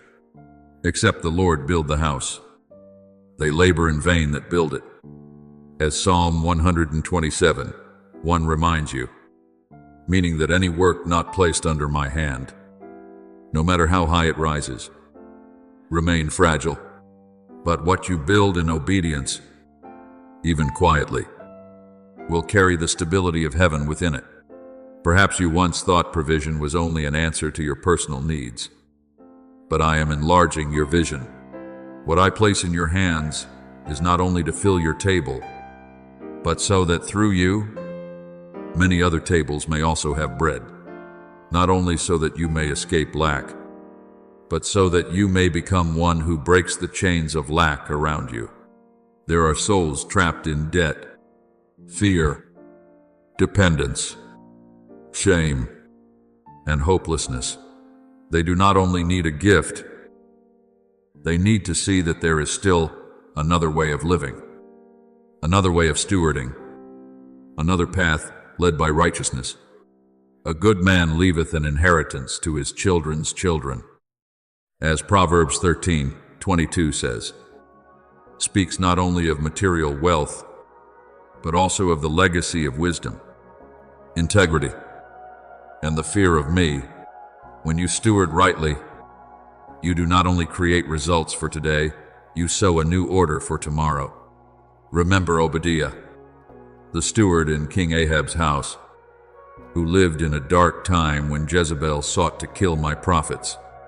He did not stand on a high platform, did not perform miracles before the crowd, and was not remembered as a famous warrior, yet he used the position and resources in his hands to hide 100 prophets in caves and feed them with bread and water. Do you see? In the middle of a corrupt system, there was still one man who quietly used what he had to protect holy life. That is the kind of stewardship that makes hell tremble, not noisy, not boastful, but precise, courageous, and full of reverence. When a person can stand in a dark place and still refuse to let darkness purchase their conscience, I can place greater things into that person's hands, because they have shown that what they possess does not possess them. Therefore, do not be surprised if temptations come that try to pull you into display, make you impatient for shortcuts, or turn blessing into something used to prove that you are greater than others. Be watchful, but do not be afraid. Keep thy heart with all diligence, for out of it are the issues of life. As Proverbs 4:23 says, is the word I place as a fence around you in this season. Let your heart remain an altar, not a storehouse for ambition. Let your hands stay open, but let your eyes remain fixed on me. Let every plan, every resource entrusted to you, and every door open before you pass through this holy question: who will this heal? Who will this lift up? Who will this set free? Who will this testify to about my love? When you ask in this way, abundance will not blind you, because you will remember that the purpose of a river is not to stand still, but to flow toward dry places. I will cause the things you touch to bear fruit, but you must understand that this fruit is not only food for you alone.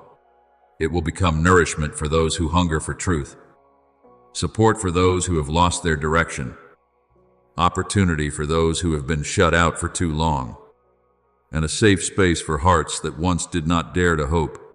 God is able to make all grace abound toward you, that ye, always having all sufficiency in all things, may abound to every good work. As 2 Corinthians 9:8 opens before you the true nature of abundance, enough for you, and still overflowing to do good. I do not want you to remain forever in the position of waiting to be rescued in fear. I am teaching you to become a person who creates opportunity, a spring that releases life, a door opener, one who brings light into places once locked shut by lack and despair. Therefore, my beloved child, walk with strong humility. Do not let what I entrust to you make you forget the one who entrusted it. But do not shrink back because you fear responsibility. I refined you in the secret place, so you could stand in the midst of increase without being swallowed by it. I taught you what lack feels like, so that when you have much, you will still have compassion for those who lack. I taught you what pain feels like, so that when you lift others, your hands will not be harsh. Now, what I place in your hands will become a doorway for many people. If you continue to remain in obedience, build, but build in my name. Distribute, but distribute with wisdom. Open the way, but do not forget that I myself am the way. And through everything you do, whether it is a task, a home, an opportunity, a word of encouragement, or a resource placed in the right place, I will cause others to recognize that my love is not merely words upon the lips, but life that is touched, rebuilt, and set free through a heart that has chosen to say yes to me. Beloved child, when the things in your hands begin to expand, when doors that were once silent now begin to move slightly, when people, opportunities, resources, and influence begin to come to you in ways you did not expect, do not let your heart become troubled as though you are entering a dangerous land. I am not bringing you into a season of increase so that you will be swallowed by the very thing I give. I have walked with you through the days of lack, through the hours of prayer no one heard, through the times when you learned to release what you once thought was necessary, so that your heart would no longer be ruled by outward things. Therefore, when I place more into your hands, it is not a trap to see whether you will fall.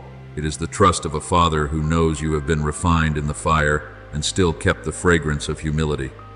As Deuteronomy 8:18 reminds you, it is God who gives you power to establish and build.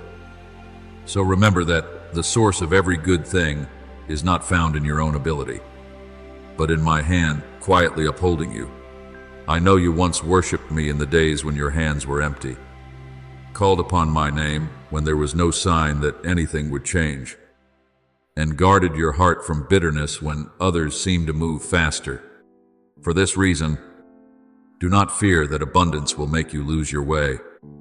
If you continue to abide in the presence that has kept you from the beginning, the one who knows how to bow in the season of lack will not easily become proud in the season of fullness. The one who has learned to thank me when only a little remains, if they keep their heart watchful, will know even more deeply how to give glory to me when much has been entrusted. But you must guard the spring within you. For keep thy heart with all diligence, for out of it are the issues of life. As Proverbs 4:23 teaches, do not let what you have become a louder voice than mine. Do not let numbers, praises, invitation, or unexpected advantages pull your heart away from the holy place. Let everything pass through my hands before it passes through yours, so that what is given will not become a burden, but an ordered blessing. You will learn how to turn provision into a language of love, not a noisy love that seeks to be praised by others, but a love with a visible form, an opportunity open for someone who was once rejected, a meal placed before someone weary, a work that helps someone regain dignity, a safe place for a soul that has long lived in fear, a timely word of encouragement that gives another person enough courage to stand again. I do not give you authority so that you may weigh others down with your position. I give it so you may make their burdens lighter. Whosoever will be great among you, let him be your minister. As Matthew 20:26 reminds you, means that authority in my kingdom is not a throne from which to be served, but a towel with which to wash the feet of those who are dusty from the road. When you steward with mercy, the very things you do will declare that I am with you, even without you needing to announce it loudly. Remember Lydia, the woman who sold purple cloth in the city of Philippi. She was not introduced as someone standing on a high platform or doing things that shook the crowd, but her heart was open when she heard the word being preached. And from that openness, her whole household was also touched. Then she used her own home, her stability, and the resources she had to welcome my servants, becoming a place of refuge for the holy work that had just begun in that city. Do you see? A house surrendered to me can become a support for a spiritual movement. An open heart can turn ordinary possessions into a place where life is carried forward. Lydia did not need to build her name into a monument. She only needed to let what she had serve what I was doing.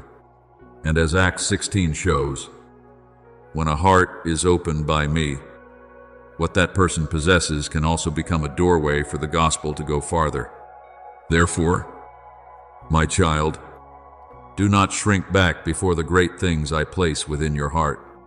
There are works that others only dare to think about, but I will give you the wisdom to lay the first stone. There are desperate prayers from others that you will become part of the answer to, not because you are the final source, but because you are willing to let my source flow through you. You once longed for someone to uphold you in the days when your heart was weak. Now I will teach you to become that support for others, not with pity from above, but with the compassion of one who has walked through the valley. God is able to make all grace abound toward you, that ye, always having all sufficiency in all things, may abound to every good work. As 2 Corinthians 9:8 says, is not only a promise of sufficiency, but ascending into a life that knows how to distribute. I give you enough so that you will not be controlled by fear, and I give you overflow so that love may have hands. You will see a very quiet wonder when you no longer live to hold tightly. What is needed will come at the right time more than you imagined. When you do not use blessing to build an image for yourself, that blessing will be multiplied in peace. When you do not seek fame, I will cause your influence to go farther in a purer way. Do not mistake hiddenness for smallness. An altar does not need to be as high as a tower in order to be regarded by me. It only needs to be offered with a true heart. Let everything you do, from the great to the small, become a living thanksgiving. When you sign a decision, let righteousness lead the way. When you open a door for someone else, let kindness stand beside you. When you build so that the weary may find room to breathe. The forgotten may recover their dignity, and the hopeless may see that my love is not merely a distant idea, but life that can be touched through a person who knows how to obey. Precious child, continue forward with gentle steadiness. Your confidence is not in what you possess, but in the fact that I am walking with you. Your safety is not in seeing every resource already sufficient before your eyes, but in knowing that I am the one who knows what is needed and when it is needed. Let your light so shine before men, that they may see your good works and glorify your Father which is in heaven. As Matthew 5:16 says, is the direction for this season, not so that people may praise you, but so that through your life they may recognize that I am good. Keep opening your hands. Keep building. Keep lifting others. Keep distributing. Keep stewarding with reverence. I will keep you from drifting away from the source. If you continue returning to me each day, and when everything you touch begins to bear fruit, you will know that it is not the achievement of a person trying to prove themselves, but the trace of my presence moving through a heart that is grateful, surrendered, and able to turn every blessing into an altar that gives glory to me. Beloved child, when I begin to enlarge your life, the first thing I desire to guard is not your hands, but your heart. For your hands may hold many things, but if your heart is no longer in the right place, even what has been given can become the very thing that leads you astray. I am teaching you to understand that true abundance does not begin with full storehouses, but with a spirit that knows reverence, gratitude, and faithful stewardship over small things. The world often waits until it has much before it thinks it will live responsibly. But I saw you in the days when you still had little, when you still weighed each choice carefully, still did not chase after display, still did not waste what I had placed in your hands merely to soothe a temporary insecurity. As it is written in Luke 16:11, if therefore ye have not been faithful in the unrighteous mammon, who will commit to your trust the true riches? Understand that every small decision in the way you manage today speaks deeply about how much your heart will be able to carry tomorrow. There are people who think blessing means being able to consume without discernment, hold possession without responsibility, and receive without seeking counsel. But my child, in my kingdom, blessing is not the indulgence of desire, but the freedom of a heart no longer ruled by desire. When you refuse what is unnecessary, it is not because you lack, but because you know what is worthy of the mission I have placed within you. When you practice restraint in ordinary choices, it is not because you fear the future, but because you honor the seed I am entrusting to you. Consider your ways. As Haggai 1:7 reminds you, for a life is not built only by rare great decisions, but by the small things repeated every day. One coin kept back in wisdom, one desire laid down in peace. One time you choose purpose instead of pride. All of these are becoming the quiet stones of a foundation upon which I can place my work. I do not want you to see prosperity as a mirror in which to admire yourself, but as a river meant to water dry lands. You are learning a holier kind of wealth, rich in discernment, rich in the ability to say no to vanity, rich in freedom from the need to be like others. What I want the world to see through you is that my plan is never impoverished by circumstances, and my purpose is never locked away by the limits before your eyes. When a person truly surrenders to me, I can make the little become enough. the enough become overflow, and the overflow become blessing for many. The Lord is my shepherd, I shall not want.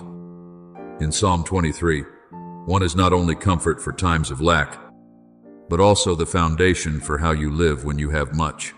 You are not ruled by the fear of lack, nor are you blinded by abundance, because your source is me. Remember Daniel when he was taken into Babylon, a place full of power, splendor, and invitations that could easily cause a heart to forget its identity. He was placed before the king's table, before an advantage that many might have considered an opportunity to blend in and rise higher. But Daniel purposed in his heart that he would not defile himself with what was not pleasing to me. That decision was not loud, not showy, but it established a holy boundary right in the middle of a foreign palace. And do you see, the one who knows how to keep himself in small things is the one I raise up to stand firm in greater things. The one who does not allow the king's table to purchase his conscience is the one entrusted with wisdom beyond the wise men of that age. Daniel purposed in his heart, as Daniel 1:8 reveals, because everything lasting begins in the hidden place where you choose to belong to me before circumstances can pull you away. In the same way, you must learn to discern the voices around you in this season as I lead you into greater steadiness. Not everyone who comes near you comes with a pure heart. Not every compliment is a blessing. Not everyone who walks with you today has been sent by me to walk with you to the end of the road. There are influences that do not make you fall immediately, but slowly turn your heart aside little by little. They do not oppose me with shouting, but through intimacy without holiness, through advice that sounds reasonable yet draws you away from obedience, through envy disguised as concern, through doubt wrapped in sweet warnings. He that walketh with wise men shall be wise, but a companion of fools shall be destroyed. As Proverbs 13:20 says, is not a word meant to make you close your heart to everyone, but a word teaching you to protect the holy thing I am sowing in your life. Beloved child, kindness does not mean the absence of boundaries. Humility does not mean you must allow every influence to enter the place where I am healing and building. I call you to love people, but I also teach you to discern spirits. I call you to be generous, but I do not call you to be naive. I call you to open your hands, but I do not call you to open the door of your heart to things that weaken your faith. Watch and pray. As Matthew 26:41 says, is the word I place upon your lips in this season, because many departures do not begin with one great act of rebellion, but with the moment you stop guarding the small things, a conversation that clouds your heart, a relationship that feeds comparison, a habit that makes my presence feel distant, a word that plants doubt into what I have already confirmed within you. Therefore, remain tender, but not loose, compassionate, but not without wisdom, generous, but not without watchfulness. I am preparing you not only to receive more, but to stand firm when more is entrusted to you. I am making you a living testimony that one who belongs to me can manage resources without being managed by them. They can carry influence without becoming intoxicated by praise, can be enlarged and still not forget the small room where I once met you in tears. Seek ye first the kingdom of God and his righteousness, and all these things shall be added unto you. As Matthew 6:33 says, is your compass. If you keep the first thing in its rightful place, the things added to you will not lead you astray. My precious child, continue to live as one who understands that everything you have carries a mission. Spend with watchfulness, save with gratitude, give with wisdom, connect with discernment, and walk with your eyes always turned toward me. I do not lack resources to complete what I have ordained. I only seek hearts surrendered enough that those resources will not be turned into monuments for the ego. And I have seen in you a heart that is learning this way. Let your quiet maturity become the foundation for public increase. Let your small choices today become the roots that support the great tree of tomorrow. I am with you, teaching you, keeping you, and when I entrust more to you, you will not be blinded by it, because you have learned that the greatest blessing is not having much in your hands, but allowing everything in your hands to still belong to me. Beloved child, hold what I am about to say as one holds a lamp in the night. Not everyone who comes near you has been sent by me to walk with you to the end of the road. There are relationships that were suitable for an old season, that once gave you familiarity, that once made you feel less alone. But what once supported you yesterday may no longer be holy enough to enter the place where I am leading you today. I am not teaching you to despise anyone, nor am I telling you to close your heart in coldness.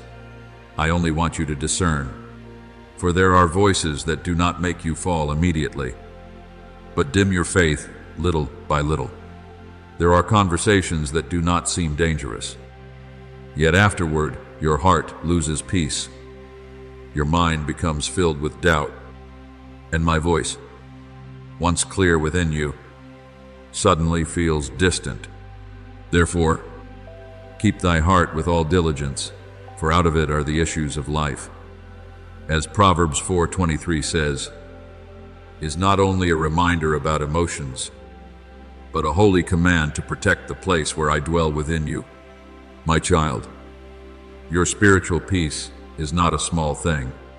It is holy ground within your heart, where I whisper, where you recognize direction, where great decisions are born from stillness and not from panic. If a person, a place, a be, or a certain kind of conversation continually disturbs that stillness, stop before me and ask with honesty, is this drawing you closer to me? Or is it pulling you away from my voice? Do not be afraid of the answer. There are things you must leave, not because they are entirely evil, but because they no longer fit the level of surrender I am calling you to walk in. Can two walk together, except they be agreed? As Amos 3:3 reminds you, means that true companionship is not merely walking side by side in body, but having hearts directed toward the same holy purpose.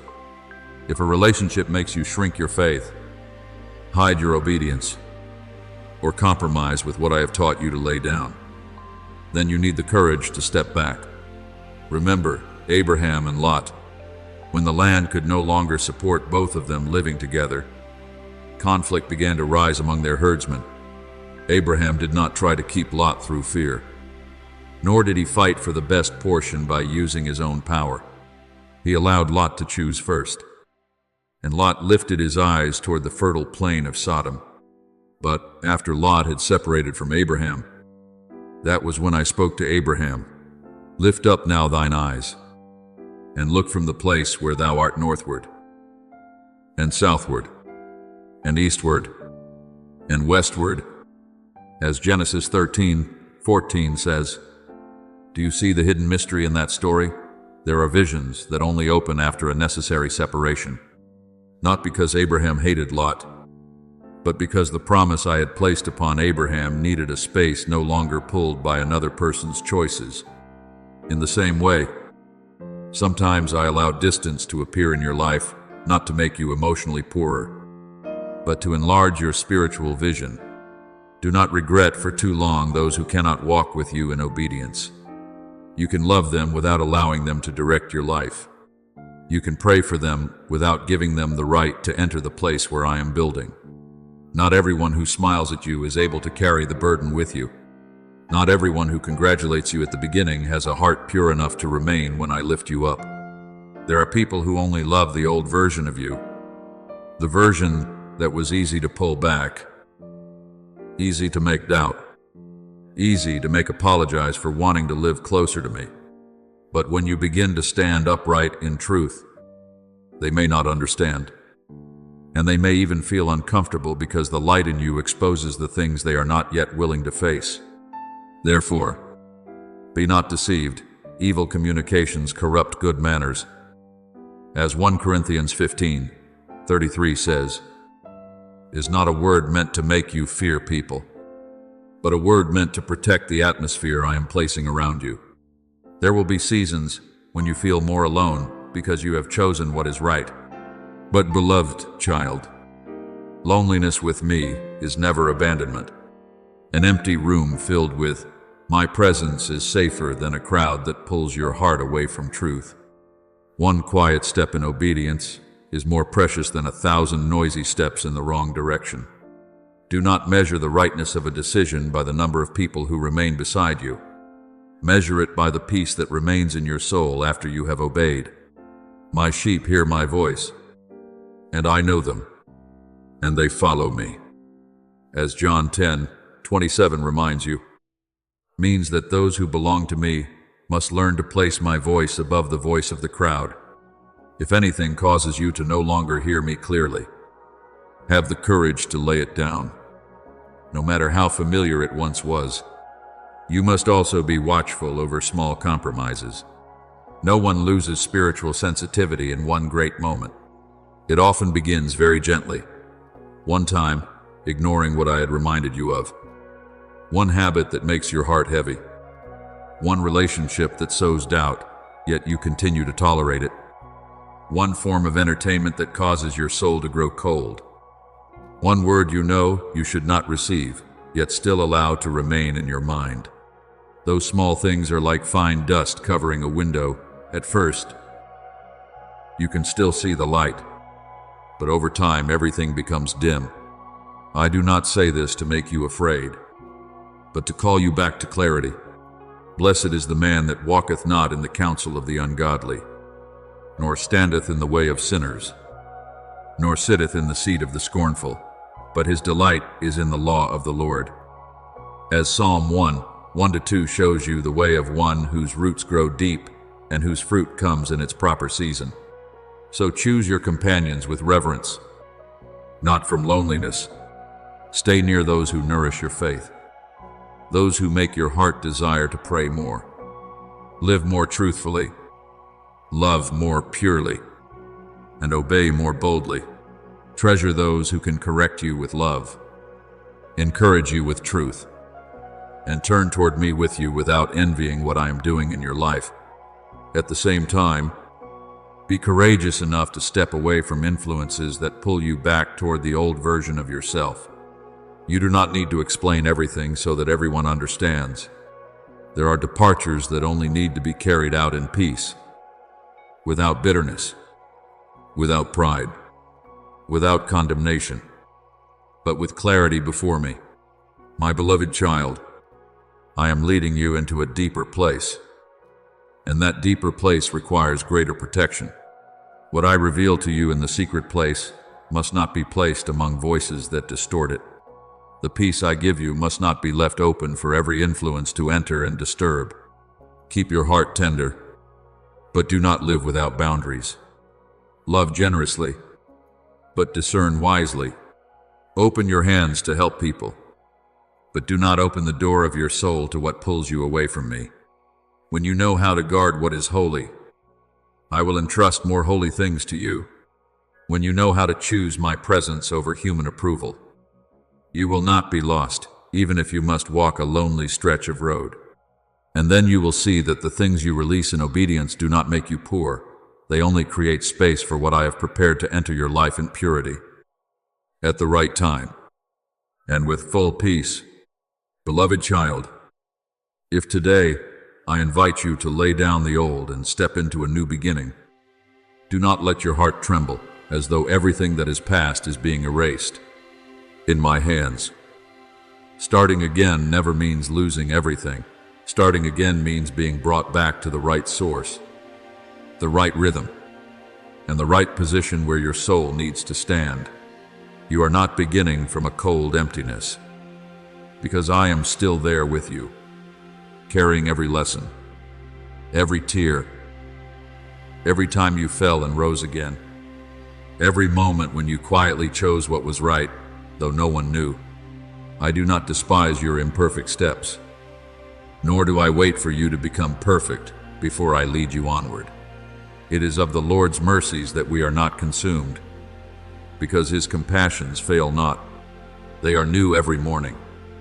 As Lamentations 3:22-23 reminds you, means that my grace does not grow old after your failure.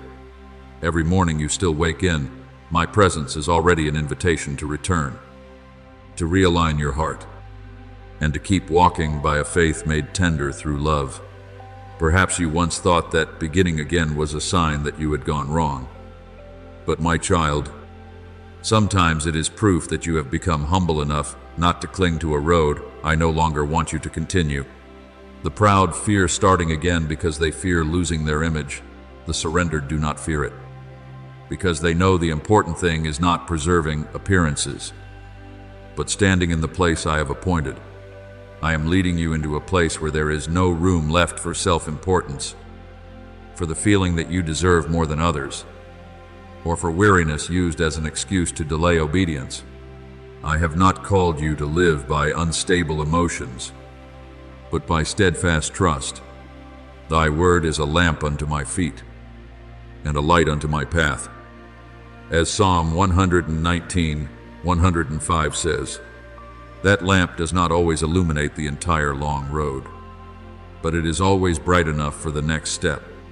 And in my kingdom, the one who knows how to take the next step in obedience often goes farther than the one who demands to see the entire map before agreeing to move. Remember Ruth, who stood before a crossroads with nothing certain before her eyes. She could have returned to Moab, returned to a life that was more familiar, easier to explain, and less painful. But in the hour of loss and uncertainty, she chose to go with Naomi, chose a people she did not yet fully understand, chose a future with no map in her hands. Her words, "Thy people shall be my people, and thy God my God," as Ruth 1:16 says, were not merely beautiful words spoken in a moment of emotion, but a door opening into an entire story of redemption. Ruth did not know that her small steps in the field of gleaning would lead her to Boaz, and from there, her name would be written into the lineage of David. Do you see? A humble act of obedience on an ordinary day can carry within it a future that the obedient one cannot yet imagine. Therefore, do not wait for a special day before you live as one sent by me. Begin where you are standing. Your small room can become a place of worship if your heart is turned toward me. Your work desk can become an altar if you do everything with integrity. A brief conversation can become a stream of cool water if the words you speak are born from love. The hidden things of an ordinary day are not ordinary before me. When you choose honesty in small matters, keep gentleness in moments of tension, complete your responsibility without complaint, pray before reacting, and remain silent when words would only wound, you are living your yes through your body, your breath, and your choices. And whatsoever ye do, do it heartily, as to the Lord, and not unto men, as Colossians 3:23 teaches you. Means that holy purpose is not found only on great stages, but hidden within every action offered with a pure heart. Do not wait until your emotions become strong before you walk forward, because emotions often need to be led, not placed in command. There will be days when you do not feel courageous, but you can still choose what is right. There will be mornings when your heart does not feel aflame, but you can still rekindle the lamp with one small prayer. There will be decisions I place before you that others do not understand, and that even you cannot yet fully explain. But if you know that I have spoken within your heart, walk forward with humility. Trust in the Lord with all thine heart, and lean not unto thine own understanding. As Proverbs 3:5 says, does not call you to abandon wisdom, but teaches you to place your understanding under my guidance. True preparation is not that you have controlled every possibility, but that your heart no longer resists, my calling simply because some things remain unclear. I am not looking for flawless beauty in you, for I know you were formed from dust and upheld by grace. I am looking for faithfulness. I am looking for a heart that knows how to return after falling out of rhythm, how to rise again after growing weary, how to ask to be led instead of pretending it already knows everything. You do not need to decorate your life with splendor in order to prove that I am with you. My presence will be recognized in the way you love, the way you keep your word, the way you walk in peace when circumstances are not yet peaceful, and the way you choose truth when an easier road is calling. He that is faithful in that which is least is faithful also in much. As Luke 16:10 says, is both a promise and a refining. Every small choice today is a stone laid down for tomorrow's road. Every word you hold back because you do not want to wound. Every action you do in secret. Every step you take, though you have not yet seen the result, is opening the way for what I have prepared. So begin again if I call you to begin again. But begin in peace, not in shame. Keep walking if I call you to keep walking. But walk in dependence, not in strain. You do not need to carry the map of the entire journey. I am the one who goes before you. You do not need to create every opportunity by yourself. I know how to place you in the right place at the right time. You do not need to make everyone understand immediately. Your obedience before me is already a great enough testimony. Then you will see that what you need has not been lacking, but has been waiting for you to arrive at the right position to receive it. I have prepared grace for every stage of the journey, light for every step, new strength for every day, and peace for every time you say, yes. Go, my beloved child, not because you are perfect, but because I am faithful, not because you know everything, but because you know the one who is leading you, not because you are no longer weak, but because you have learned to place that weakness in my hands. Beloved child, do not wait until every door opens at once before you believe that your life has purpose. Do not wait until someone calls your name, invites you to step forward, or confirms your gift before you begin to live as one whom I have appointed.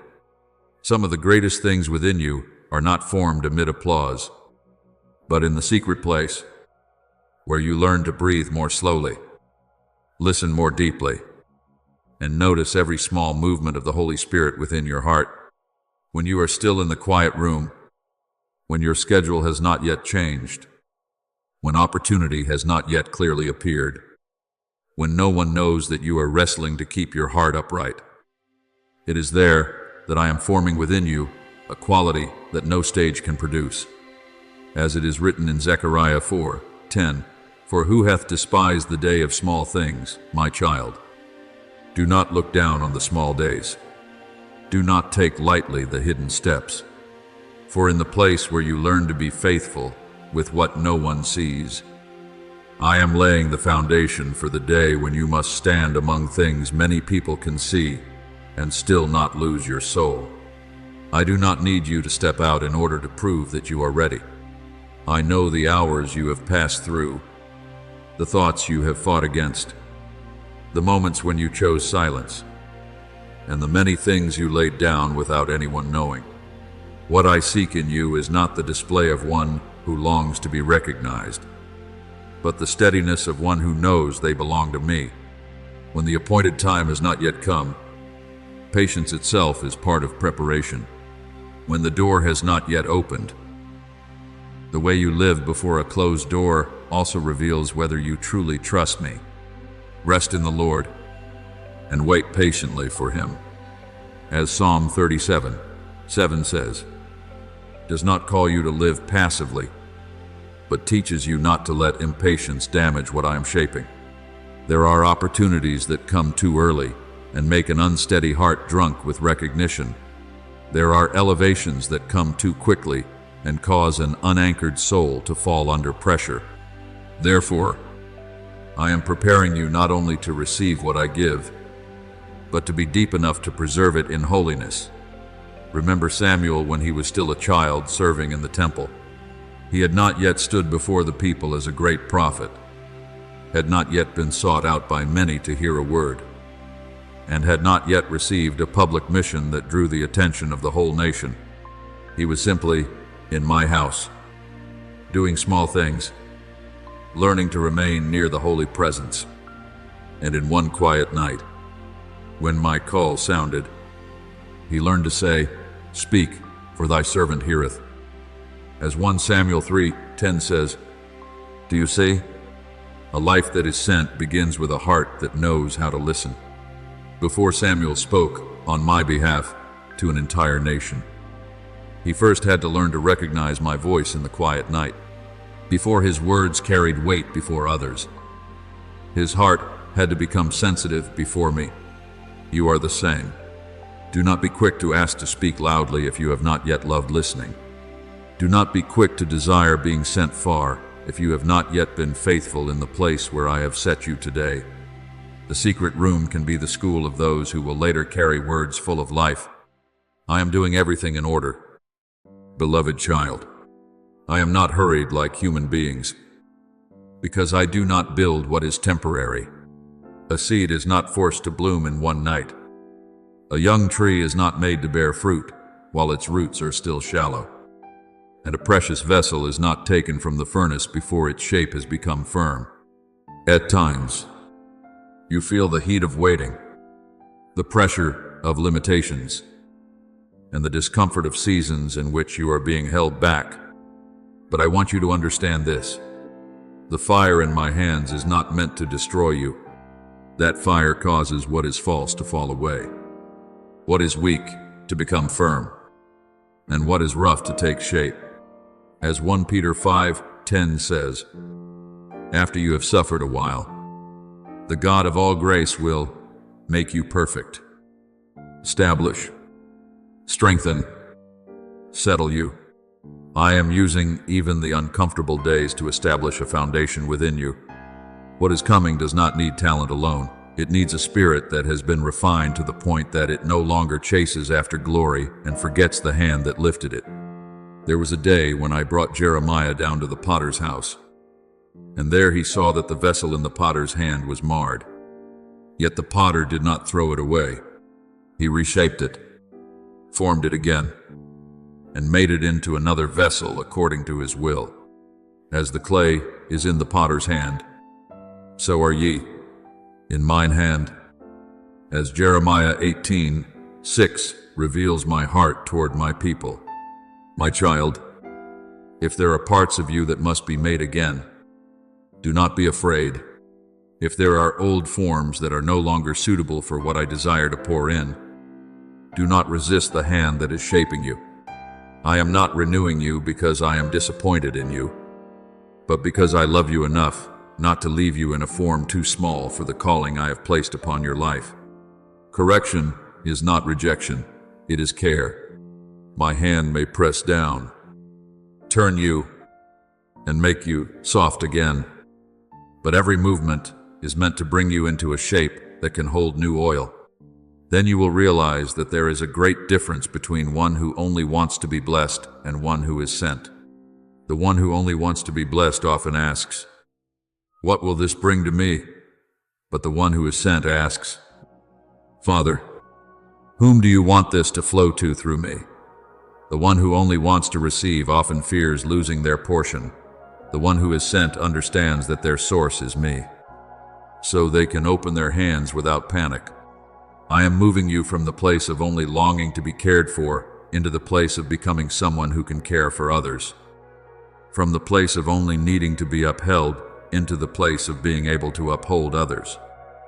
From the place of only seeking an answer for yourself into the place of becoming part of the answer for someone else. Freely ye have received, freely give. As Matthew 10:8 says, is the heartbeat of a life that has been sent. What I have placed within you was not born to stop with you. It must become light, become life, become support for those whom I will bring near you at the appointed time. Therefore, Continue to live each day as one who is being prepared, not with tension, but with gentle reverence. Be faithful in the room where you are now, in the work before you now, in the responsibility entrusted to you now, and in the encounters that seem ordinary. Do not rush to gather everything at once, for my grace has its own rhythm. Do not blame yourself because you have not yet seen much, for what matters more is that you are being made deep. When the light comes, it will not blind you if, in the darkness, you have learned to love my presence. When opportunity comes, it will not sweep you away if, in the secret place, you have learned to lay everything at my feet. I have not called you so that you would lose yourself in what I give. I have called you so that through what I give, you may reveal me more clearly. Be at peace. Beloved child, I am refining you with the right measure, shaping you in the right way, keeping you in the right season, and preparing you in the right rhythm. When I open the door, you will step in, not with the haste of one who is lacking, but with the calmness of one who knows they have been prepared, sent, and accompanied by the Father until the very end.